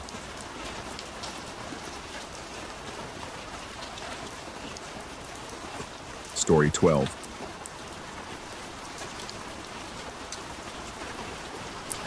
The fluorescent lights above aisle 3 had been flickering for the past week, casting intermittent shadows that danced across the linoleum floor like restless spirits. I'd grown accustomed to the rhythm. 3 steady beats, then darkness, then the harsh white glare returning with the electric hum that seemed to vibrate through my bones. Tonight, though, something felt different about those shadows. They lingered too long in the corners, pooled too deep between the shelves. Working the graveyard shift at Murphy's Corner Market wasn't supposed to be eventful. Most nights, I'd see maybe a dozen customers, shift workers grabbing energy drinks, insomniacs buying ice cream, the occasional drunk stumbling in for cigarettes. The pay was decent enough for what it was, standing behind a register, restocking shelves, keeping an eye on the security monitors. Simple work for a simple life. But tonight, as I watched the clock crawl toward 3 a.m., the familiar weight of isolation felt heavier than usual. The air conditioning unit had been making strange noises all week, a low grinding sound that seemed to emanate from deep within the walls. Every few minutes, it would shudder and go silent, leaving behind an oppressive quiet that made my ears ring. The bell above the front door chimed at exactly 3:03 a.m. I glanced up from the magazine I'd been pretending to read and saw him, a tall, gaunt figure silhouetted against the streetlights outside. He moved with deliberate slowness, his footsteps echoing hollowly on the worn tiles. The fluorescent light in aisle 3 chose that moment to flicker again, and in the strobing illumination, I caught glimpses of his face, pale, angular, with deep-set eyes that seemed to absorb rather than reflect light. He made his way directly to the refrigerated section along the back wall, never once looking in my direction. I couldn't shake the feeling that his arrival wasn't coincidental, that he'd been waiting outside, watching, timing his entrance to that precise moment. The thought sent an uncomfortable chill down my spine, and I found myself gripping the edge of the counter tighter than necessary. The customer spent an unusually long time at the refrigerator, standing motionless before the dairy section. From where I sat, I could see his breath fogging the glass doors despite the warmth of the store. When he finally began moving again, it was with mechanical precision. He opened the mayonnaise section and began removing jars systematically, counting under his breath in a whispered cadence I couldn't quite make out. 40 jars. Exactly 40. He arranged them in his cart with obsessive care, ensuring each one faced the same direction, labels aligned perfectly. The sight struck me as profoundly wrong somehow, though I couldn't articulate why. Who buys 40 jars of mayonnaise at 3 in the morning? The practical part of my mind suggested catering, a restaurant supply run, but something deeper and more primitive whispered warnings I couldn't ignore. When he approached the counter, I noticed his hands first. Long, pale fingers that moved with surgical precision as he began unloading the jars. His skin had an odd, waxy quality, almost translucent under the harsh store lighting. He worked in complete silence, his movements creating a rhythmic percussion against the conveyor belt. Thunk, thunk, thunk. The transaction itself was surreal. He produced no wallet, no credit card, no bills. Instead, he reached into his coat pocket and withdrew a handful of coins, quarters, dimes, nickels, that he placed on the counter with meticulous care. As soon as the metal touched the surface, I felt the cold. Not just cool, but freezing, as if each coin had been stored in a freezer for hours. Ice crystals had formed on their surfaces, creating delicate patterns that caught the light like tiny prisms. Steam rose from where they contacted the relatively warm counter, creating miniature clouds that dissipated into the recycled air. The customer watched this process with apparent fascination, his head tilted slightly to one side like a bird observing something curious. I counted the money with numb fingertips, the cold seeping through my skin and spreading up my arms. The exact amount, down to the penny. When I looked up to hand him his receipt, those dark eyes met mine for the first time, and I felt something fundamental shift inside my chest. They weren't just dark. They were empty, like looking into deep water at night. For a moment that stretched far too long. Neither of us moved. Then he smiled, a thin expression that never reached those hollow eyes, and walked away. The bell chimed again as he left, but I didn't see him load the cart into a vehicle. By the time I managed to shake off the strange paralysis that had gripped me and look outside, he was gone. Only the 40 jars remained as evidence of his visit, along with the coins still glistening with melting ice on my counter. The rest of my shift passed in a haze of unease. Every shadow seemed deeper, every sound more pronounced. The air conditioning continued its irregular grinding, punctuated now by what sounded almost like whispers emanating from the vents. I found myself checking the security monitors more frequently, scanning the empty aisles for movement that never came. Around 5 a.m., as dawn began to creep through the windows, I decided to check our inventory. The customer had purchased every jar of mayonnaise we had in stock, cleaning out the entire section. That struck me as odd. We typically kept around 50 jars on hand, but he'd only bought 40. I made my way to the storage room to count what remained. The storage room felt different as I stepped inside. Colder, the fluorescent bulb overhead cast harsh shadows between the shelving units, creating a maze of light and darkness that seemed to shift as I moved. I found our backup mayonnaise supply easily enough, exactly 10 jars, which confirmed my count. But as I turned to leave, something caught my eye. The walk-in cooler door stood slightly ajar. That was impossible. Company policy required it to be sealed shut at all times when not in active use. I'd checked it myself at the beginning of my shift, ensuring the heavy door was properly closed. My hand trembled slightly as I reached for the handle, metal cold enough to sting even through my palm. The cooler was empty, not just of mayonnaise, of everything. The shelves that should have held dairy products, prepared foods, and perishables stood bare. But that wasn't what made my breath catch in my throat. It was what occupied the space instead. 40 glass jars lined the floor in perfect rows, exactly as they'd been arranged in the customer's cart. Each one was full, but not with the creamy white condiment I expected. Instead, they contained small figures, no larger than my thumb, carved from what appeared to be white fat or rendered lard. The detail was extraordinary and deeply unsettling. Each figure was unmistakably human in form, and as I crouched for a closer look, my blood turned to ice water in my veins. The faces were mine. Not similar, not reminiscent, identical. Every line, every feature, every imperfection I saw in mirrors was reproduced in miniature, with impossible accuracy.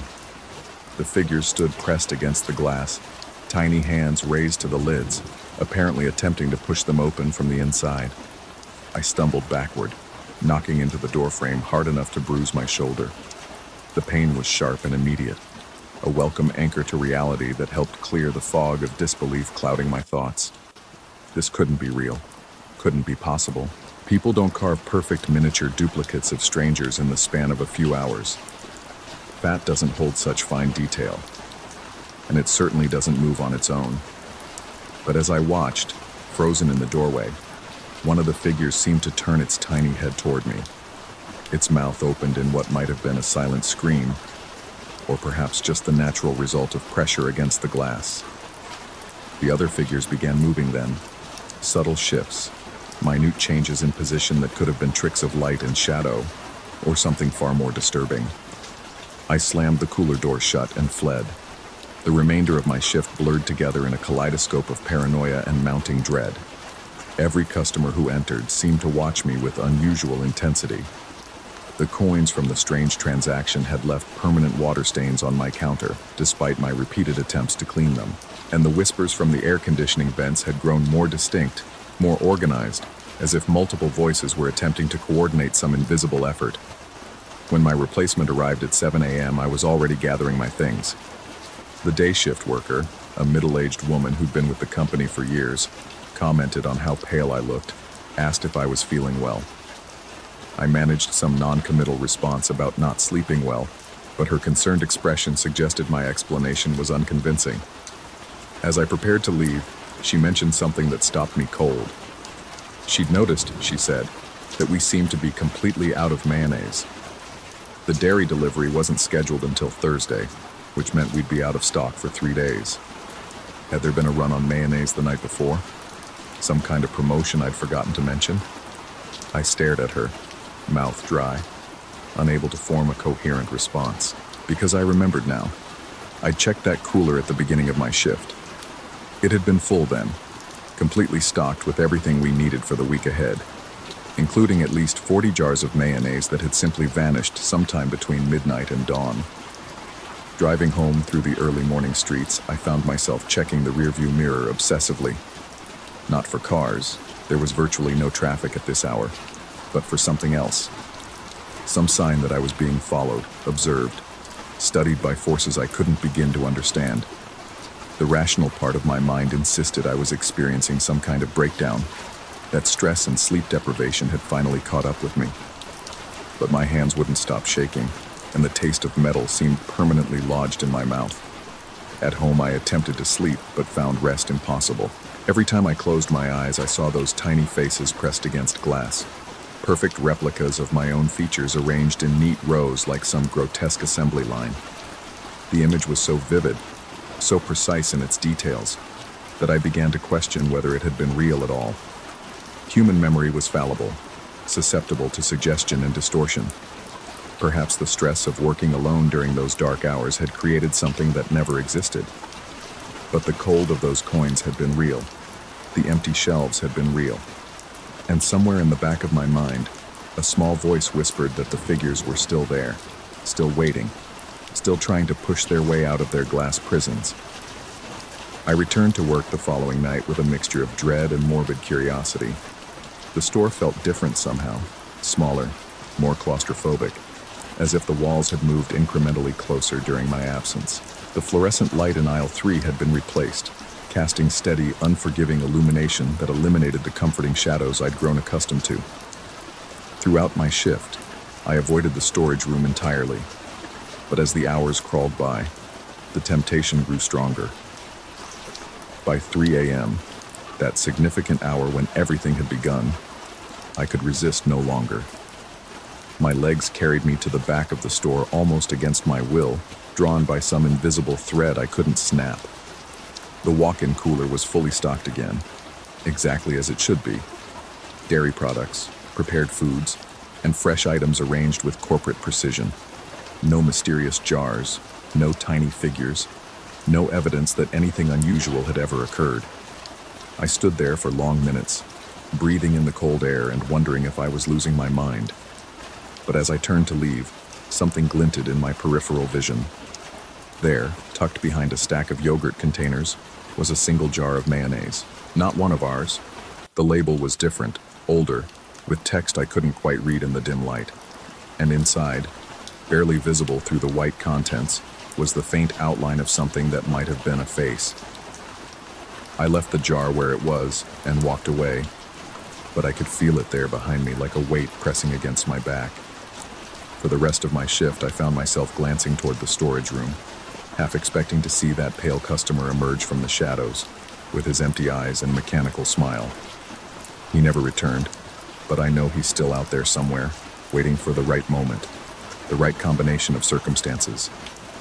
And sometimes, during those quiet hours when the store feels most isolated from the rest of the world, I wonder if those tiny figures are still trying to push their way out, still pressing their minute hands against the glass, their mouths open in silent pleas for freedom I pray I'll never understand. The worst part isn't the uncertainty. It's the growing suspicion that they're not trying to escape at all. They're trying to tell me something important, something I'm not ready to hear. But every night at 3:03 a.m., I listen anyway. Story 13. The sawdust smell hit me first. That ancient resinous scent that crawls into your nostrils and refuses to leave. It clung to everything in our garage that morning, despite the fact that we hadn't done any woodwork in years. Mom was already arranging items on folding tables. Her garage sale spread across our driveway like the remnants of a life half-lived. I should have paid attention to that smell. Should have recognized it as a warning. The old woman appeared around 9, shuffling between the tables with the deliberate movement of someone who knew exactly what they were looking for. Her fingers, gnarled like old roots, touched everything. The chipped ceramic bowls, Dad's old tools, Mom's collection of romance novels with their spine-cracked spines. But she didn't seem interested in purchasing anything. Instead, she kept asking the same question, her voice a papery whisper that seemed to scrape against the morning air. "How much for this one, dear?" And when Mom quoted any price, 50 cents, $1, even a quarter, the woman would shake her head sadly and move on to the next item. This pattern continued for nearly an hour, her weathered hands exploring our discarded possessions, while I pretended to organize boxes near the garage entrance. Something about her presence made my skin crawl, though I couldn't pinpoint why. Maybe it was the way she never quite looked directly at anything. Her pale eyes always focused slightly to the left or right of whatever she was examining. Mom, ever the optimist, eventually approached the woman with a concerned expression. "Is there anything you're particularly looking for? Maybe we can work something out." The old woman's head snapped up then, and for the first time, her eyes met mine directly.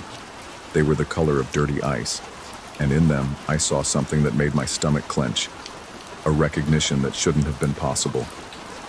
We'd never met, I was certain of that, but her gaze held the weight of familiarity, as if she'd been watching me for far longer than the past hour. "Everything should be free," she said, her voice gaining strength. "When you're giving away pieces of yourself, money becomes meaningless." Mom laughed nervously, the way she did when conversations took unexpected turns. "Well, I suppose we could negotiate on some items," but the woman was already walking away, her attention apparently lost. She moved toward the end of our driveway with that same measured pace, and I thought she was leaving. Relief began to unknot the tension in my shoulders.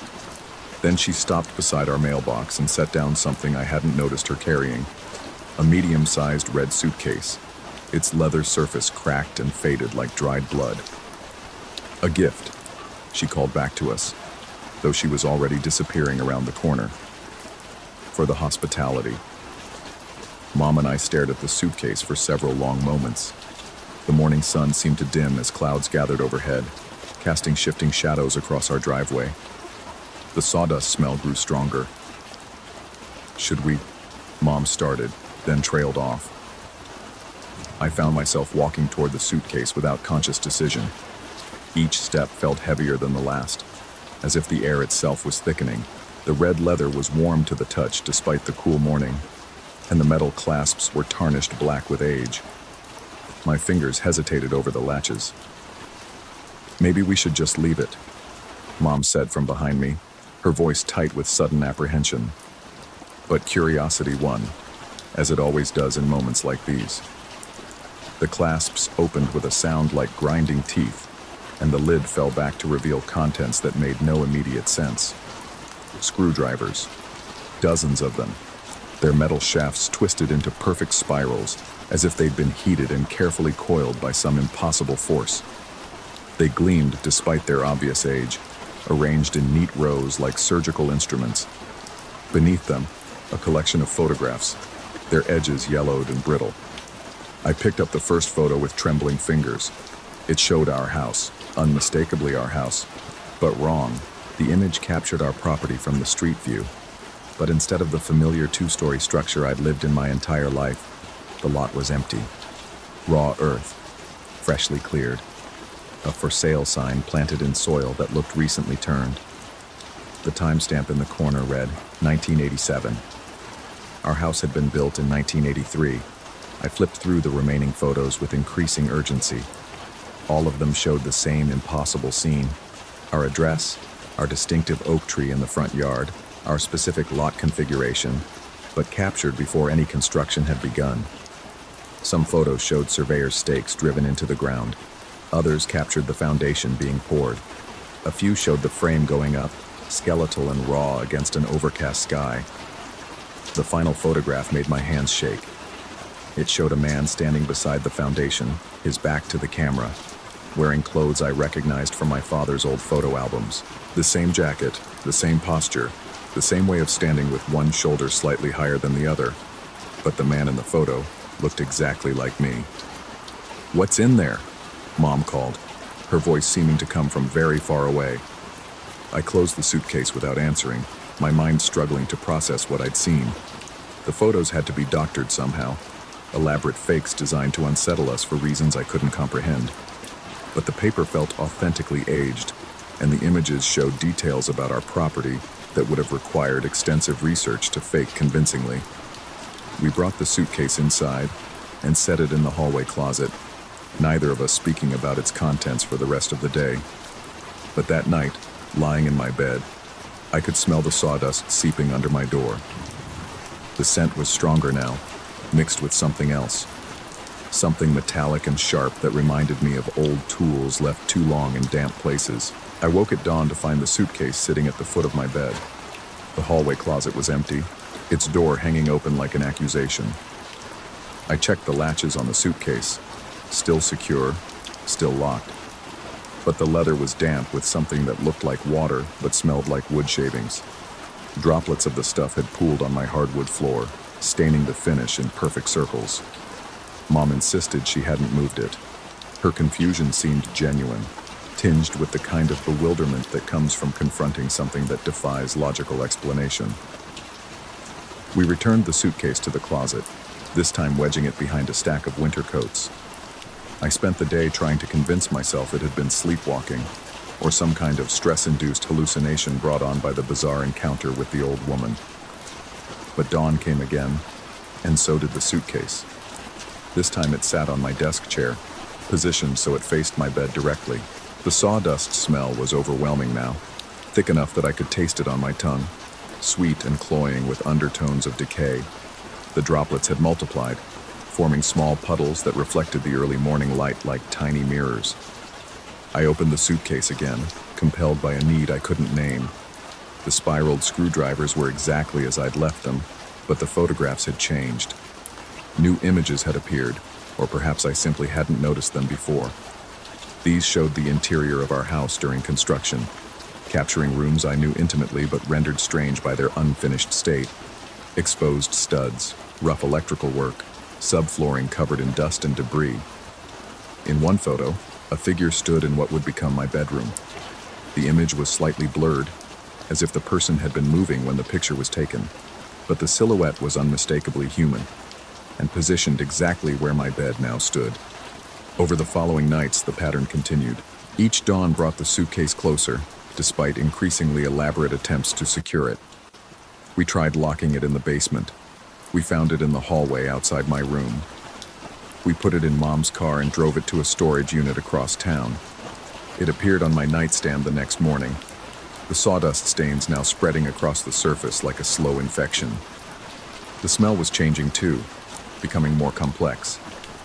Beneath the sawdust, I detected notes of fresh earth, concrete dust, and something organic, like leaves decomposing in wet soil. It clung to my clothes, my hair, my skin. Showers provided only temporary relief before the scent seeped back into my pores as if it were emerging from inside my body. Sleep became impossible. Every time I closed my eyes, I could hear sounds that shouldn't exist. The distant whine of power tools, the rhythmic hammering of construction work, the low rumble of heavy machinery. The sound seemed to come from within the walls themselves, as if our house was being built around me, while I lay motionless in my bed. During one particularly sleepless night, I found myself studying the spiraled screwdrivers more closely. The metal was warm to the touch and hummed faintly when I held them, like tuning forks struck too softly to hear but strong enough to feel. Each tool was twisted with perfect precision, the spirals so mathematically exact they seemed to follow some hidden geometric pattern. As I traced the coils with my fingertip, images flashed through my mind, brief, disjointed glimpses of our house in various stages of construction. But these weren't memories or even photographs. They felt more immediate, more real, as if I were experiencing them directly. I saw my bedroom taking shape around me, walls rising from the foundation like time-lapse footage. I felt sawdust raining down from ceiling joists that materialized above my head. I smelled the sharp tang of fresh paint mixing with wood preservative and concrete sealer. In these visions, I was always present, sometimes as an observer standing in partially framed rooms, sometimes as an active participant whose hands guided the construction. I watched myself measuring wall studs, installing electrical boxes, laying subflooring with the methodical precision of someone who'd done the work 1,000 times before. But these weren't skills I possessed. I'd never worked construction, never built anything more complex than a bookshelf from a kit. The photographs in the suitcase continued to evolve, new images appearing with each dawn migration. They began documenting not just the construction of our house, but the lives of its future inhabitants. I saw myself at various ages, as a child playing in rooms that wouldn't exist for years, as a teenager studying at a desk that hadn't been built yet, as an adult standing in my current bedroom looking exactly as I did now. The timestamps on these photos span decades, but the quality never degraded, the colors never faded. One morning I discovered a photo that stopped my breath entirely.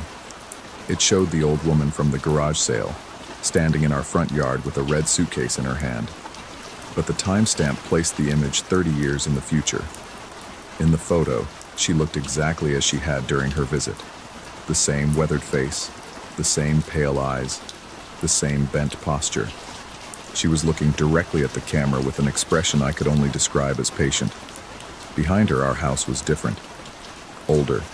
The paint was peeling, the windows were boarded up, and the front yard was overgrown with weeds that seemed to move despite the apparent stillness of the photograph. But most disturbing was the figure visible in my bedroom window, a silhouette that could have been me, watching the old woman with the same patient expression she wore. I began to suspect that the suitcase wasn't just appearing in my room, it was calling me to it. During the day, I found myself drawn to wherever we'd hidden it last, my feet carrying me there without conscious direction. At night, I would wake to find myself standing beside it, my hand resting on the warm leather surface as if I'd been there for hours. The boundary between sleeping and waking began to blur. I would find myself in dreams that felt more real than reality, walking through versions of our house that existed in multiple time periods simultaneously. I saw rooms under construction overlapping with their finished counterparts, watched walls phase in and out of existence like ghosts.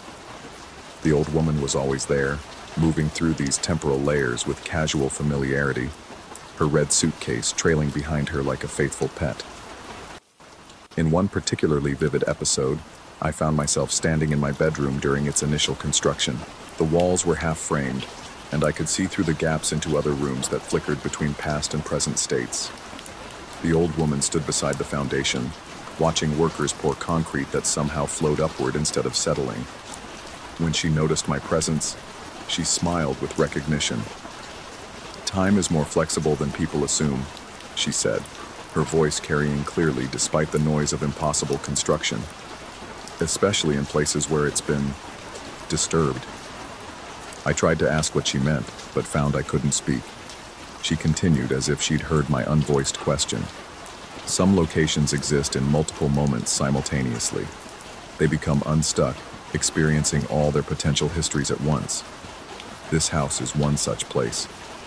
She gestured toward the workers, and I realized they were building and demolishing simultaneously, raising walls while tearing them down, installing fixtures while removing them, creating and destroying in an endless loop. "You've been here all along," she said. "Every moment of this house's existence, past and future. The suitcase simply helps you remember." I woke, or thought I woke, to find the suitcase open on my bed, the spiraled screwdrivers arranged in a perfect circle around me. Sawdust covered every surface of my room, so thick it appeared to be falling like snow. But when I blinked, everything was normal again. Clean floors, closed suitcase, no trace of the construction debris. The line between hallucination and reality had become meaningless. I could no longer trust my senses, couldn't distinguish between what was happening and what I was imagining. The sawdust smell had become part of my identity, so thoroughly absorbed into my being that I wondered if I was becoming something else, something that belonged to the house rather than lived in it. On what I've decided to count as the seventh morning, I found the suitcase in my hands when I woke. I was standing in the center of my room, holding it as if I'd been preparing to leave. The leather was no longer warm. It was hot, almost burning, and the sawdust that dripped from its seams moved with purposeful direction, flowing toward the walls like water seeking the lowest point. I opened the suitcase one final time. The screwdrivers were gone, replaced by a single photograph that showed our house as it would appear long after I was gone. The structure was ancient, weathered beyond recognition, but somehow still inhabited. Lights glowed in windows that should have been dark, and smoke rose from a chimney that didn't exist in our current timeline.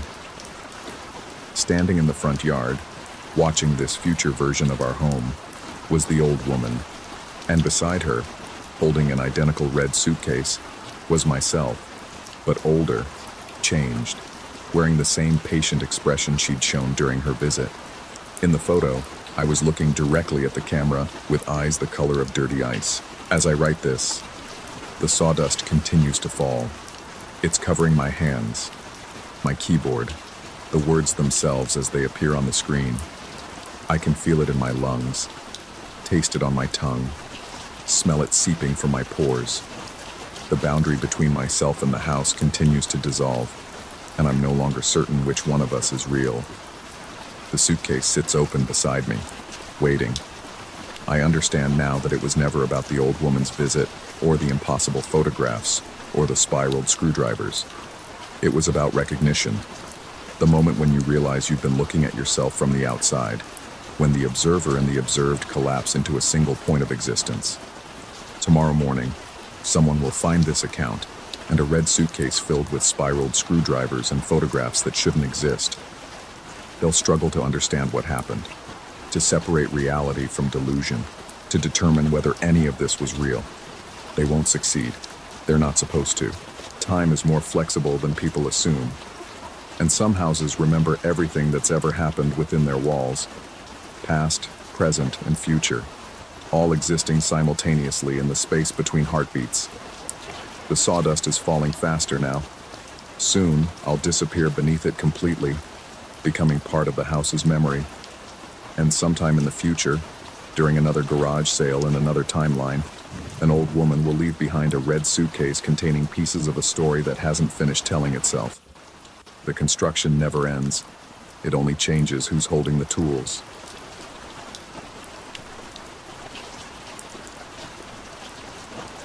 Story 14.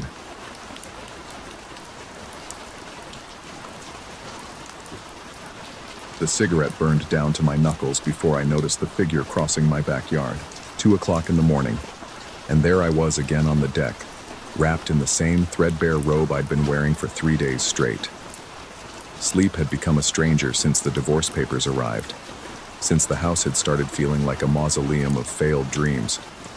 The nicotine helped quiet the voices in my head, not literal voices, just the endless loop of recriminations and what-ifs that had taken residence behind my eyes. The fog had rolled in thick from the valley, turning my modest property into something primordial and unknowable. Streetlights became distant stars, and the familiar oak tree at the property line dissolved into a shapeless shadow. I'd grown accustomed to the eerie quiet that settled over the neighborhood after midnight, broken only by the occasional distant rumble of freight trains or the hollow cry of night birds. But tonight was different. The figure moved with purpose through the white curtain of mist, his silhouette sharp against the ethereal backdrop. Military posture, ramrod straight, each step measured and deliberate. Even through the fog, I could make out the crisp lines of a uniform, though what branch or era, I couldn't tell from my perch 15 feet above the yard. My first instinct was to call out, to demand an explanation for this trespass. The words formed in my throat but never made it past my lips. Something about the figure's movement, the unnatural steadiness of his gait through terrain he couldn't possibly see clearly, froze the challenge before it could emerge. He paused directly below the deck. In the pale wash of fog, his face tilted upward toward me, though the mist made his features indistinguishable. I felt his gaze nonetheless, felt it with the same certainty I felt the October chill seeping through my robe. The sensation crawled across my skin like ice water, raising goosebumps along my arms and sending an involuntary shiver down my spine. Then he spoke, his voice carrying with impossible clarity through the dampened air. "Congratulations on your last day." The words hit me like a physical blow. Not their content, though that was disturbing enough, but their tone. Respectful, almost ceremonial, delivered with the gravity of a military commendation, as if he were presenting me with a medal rather than what sounded distinctly like a death sentence. I opened my mouth to respond, to demand clarification, but when I looked down again, the yard was empty. The fog continued its lazy dance around the oak tree, undisturbed by any presence. No footsteps, no rustle of leaves, no indication that anyone had been there at all. My cigarette had burned down to nothing, the filter hot against my fingers. I dropped it into the coffee can I kept for butts and fumbled for another. my hands shaking as I worked the lighter. 3 attempts before the flame caught, illuminating my trembling fingers in brief orange relief. I told myself it had been a dream, or the tail end of one. I'd been known to doze off in the deck chair, especially during these late-night vigils. The mind played tricks during the liminal hours between night and dawn, particularly when stress and insomnia had worn the edges of perception thin. The rational explanation sat comfortably in my consciousness, a warm blanket against the chill of what I'd experienced. But rationality couldn't explain the taste of copper that had flooded my mouth when the figure spoke, or the way my chest had tightened as if something vital had been extracted from inside my ribcage. I remained on the deck until sunrise, chain smoking and watching the fog gradually surrender to pale morning light. The yard revealed itself inch by inch, returning to its familiar mundane geography. The oak tree, the vegetable garden I'd abandoned midsummer, the rusted barbecue grill, all exactly as they should be. When I finally went inside, my legs felt disconnected from my body, as if I were learning to walk on stilts. The house, too, seemed altered somehow, not in any way I could articulate. The furniture remained in place. The walls held their same coat of off-white paint. The hardwood floors bore the same scratches and stains they'd accumulated over 15 years of occupancy. Yet something fundamental had shifted, like a picture hanging slightly askew. I made coffee with hands that still carried a tremor, though whether from caffeine withdrawal or lingering unease, I couldn't say. The morning routine, shower, coffee, checking email on my laptop, felt like play acting, as if I were performing the role of a normal person going through normal motions, while something vast and incomprehensible moved in my peripheral vision. The first sign came when I stepped outside to retrieve the newspaper. Footprints, muddy impressions pressed deep into the flower bed beneath the deck, leading in a straight line from the oak tree to the side of the house. Military boots by the look of them, thick-soled and substantial, with a distinctive tread pattern that had left clear impressions in the soft earth. My rational mind immediately began constructing explanations. A neighbor's dog walker cutting through my yard, a delivery person taking a shortcut, someone checking meter readings. All perfectly reasonable scenarios that could account for the tracks, except the prints didn't deviate or wander the way a lost person's might. They followed a direct path with mathematical precision, as if the walker had known exactly where he was going despite the fog. And they were deep, pressed into the earth with more weight than seemed possible for a normal person walking across relatively level ground. I followed the trail along the side of the house, past the kitchen window and the defunct air conditioning unit, until they stopped at the basement door. The old wooden entrance I'd painted green 3 summers ago, then forgotten about entirely. I'd been meaning to replace the rotted frame for years, but like so many home improvement projects, it had fallen victim to procrastination and more pressing concerns. The door stood slightly ajar. I was certain I'd left it locked. The basement contained nothing of value, just Christmas decorations, old paint cans, and boxes of papers I'd been meaning to sort through for the better part of a decade. But I was meticulous about security, especially since living alone. Every door, every window, checked twice before bed. The hinges protested with a dry squeal as I pulled the door open wider. Basement air rushed out to greet me, cold, stale, tinged with the musty sweetness of old cardboard and forgotten storage. The wooden steps descended into darkness, and I realized I'd never bothered to install proper lighting down there. A single bare bulb hung from the ceiling, operated by a pull chain somewhere in the depths of the cellar. I should have retrieved a flashlight from the kitchen, should have approached this methodically and safely. Instead, I found myself descending the creaking stairs, one hand trailing along the rough stone wall for guidance. The temperature dropped noticeably with each step, and by the time I reached the concrete floor, my breath was forming small puffs in the frigid air. The pull chain for the light proved maddeningly elusive in the darkness. I waved my hand overhead in increasingly frantic sweeps until finally my knuckles connected with the thin metal links. The bulb flickered to life with a tired buzz, casting harsh shadows that seemed to writhe and shift in the unstable illumination. The basement was exactly as I remembered it. Concrete walls stained with decades of moisture, exposed floor joists overhead, and cardboard boxes stacked against every available surface. My ex-wife's winter coat still hung from a makeshift closet rod, and the artificial Christmas tree leaned against the far wall like a skeletal scarecrow. But there, on the workbench beneath the single window, sat something that had definitely not been there before. A small wooden box, dark with age, its brass hinges green with verdigris. The wood bore the scratches and dents of extensive handling, and when I approached I could smell the distinctive aroma of old leather and metal polish. Military surplus, unmistakably. The kind of container that might once have held a soldier's personal effects or important documents. My hands moved independently of my conscious will, lifting the lid with the careful reverence one might reserve for handling ancient artifacts. The hinges protested with a soft groan, and the smell of old leather intensified. Inside, nestled in faded blue velvet, lay 3 military medals. Campaign ribbons by the look of them, each one bearing the distinctive design elements of World War I commemoratives. Bronze stars suspended from striped silk ribbons, the metal dulled with age but still clearly bearing their original engravings.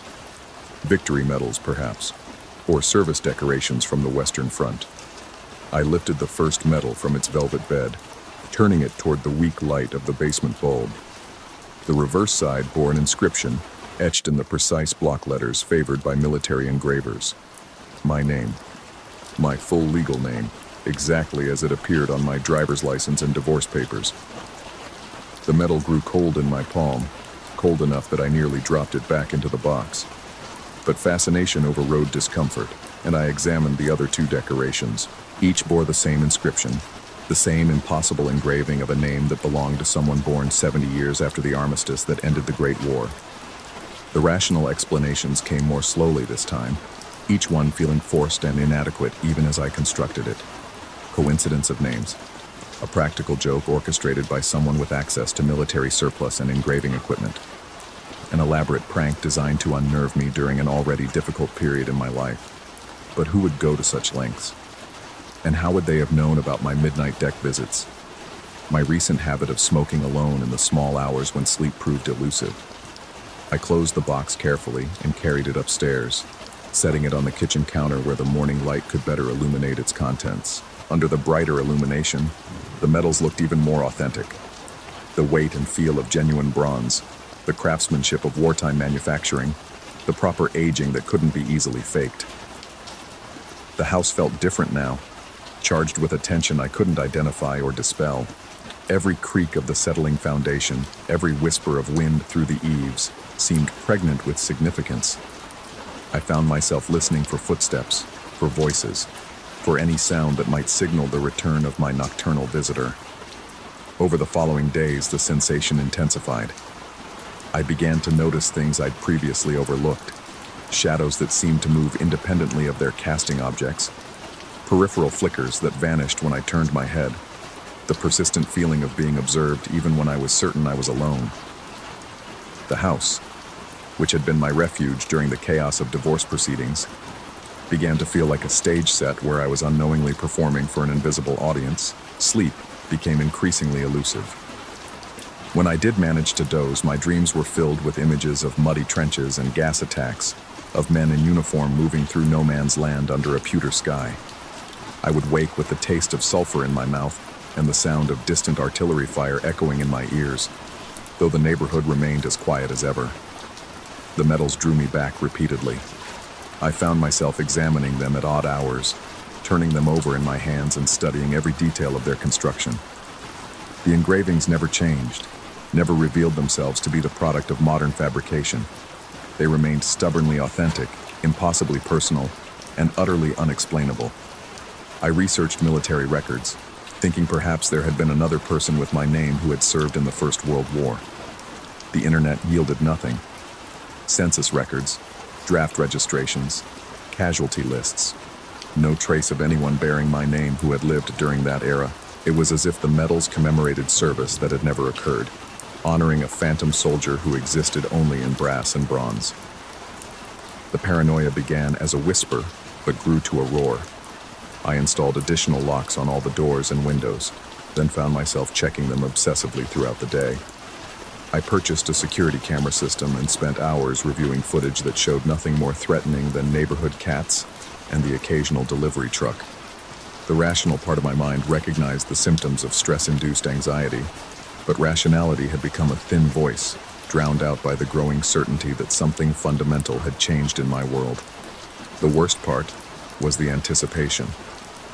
Every evening, as darkness approached, I felt the pull of the deck, the compulsion to resume my vigil in the night air. I told myself I was being ridiculous, that whatever I'd experienced had been a one-time event, probably explicable by fatigue and stress.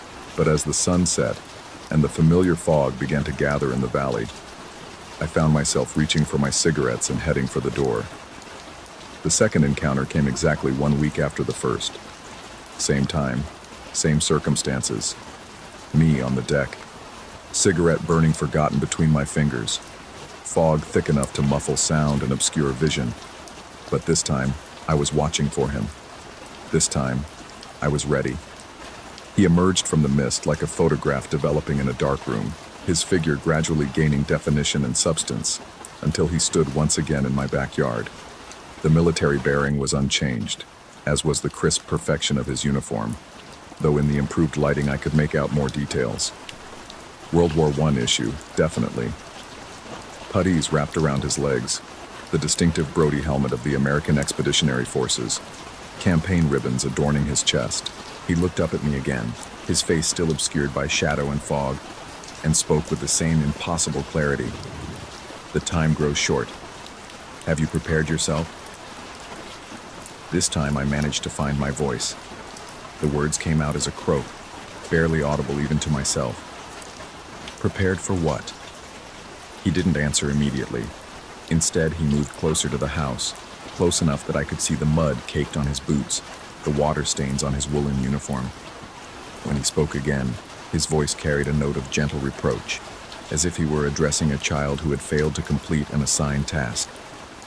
The end of days carries weight, soldier. The crossing requires proper documentation. Then he was gone again, vanishing between one heartbeat and the next, leaving only the fog and the growing certainty that my sanity was slipping away like water through cupped hands. But in the morning there were more footprints, fresh ones, leading once again to the basement door. And in the wooden box, 2 additional medals had appeared overnight. I didn't call the police. What would I tell them? That a dead soldier was visiting my backyard to deliver military decorations, that I was receiving posthumous awards for service in a war that ended before my grandfather was born? The very thought of trying to explain the situation to another human being highlighted its absurdity, its fundamental impossibility. Instead, I began to research the house itself, digging through property records and historical documents at the local library. The home was older than I'd realized, built in 1923 by a veteran named Garrison, who had used his military pension and a small inheritance to purchase the land. He'd lived there alone until his death in 1954, a bachelor who had never quite readjusted to civilian life after his service in France. But even that discovery failed to provide a satisfactory explanation. Garrison had been real, documented, his military service properly recorded and commemorated. He bore no resemblance to my nocturnal visitor, and his war had ended in 1918, not continued into some eternal present where medals could be awarded retroactively to men who had never served. The third visit came 3 nights later. This time the figure remained at the edge of the property, barely visible through the fog. But his voice carried clearly, delivered with the same ceremonial gravity. The final inventory has been completed. Your service record is now complete. When I descended to the basement the next morning, the wooden box contained a total of 12 medals, each one bearing my name, each one commemorating battles I had never fought in a war that had ended before I was born. I sit now on the deck as I write this, cigarette burning down to my knuckles, fog beginning to gather in the valley below. The rational explanations have all been exhausted, ground down by the relentless pressure of impossible evidence. The medals sit on the table beside me, their bronze surfaces cold to the touch despite the evening warmth. Tomorrow is Halloween, though I suspect the date is more significant than mere coincidence. The figure spoke of last days and final inventories, of crossing over and proper documentation. Perhaps he was never talking about death at all, but about something else entirely, a different kind of ending. a transition to a state of being where linear time becomes negotiable and service records can be amended retroactively. The fog is thicker tonight, and I can already see him moving through the white curtain of mist, approaching with that same measured military stride. But this time, he's not alone. Other figures move beside him, a small unit of soldiers emerging from whatever temporal displacement they've been trapped within.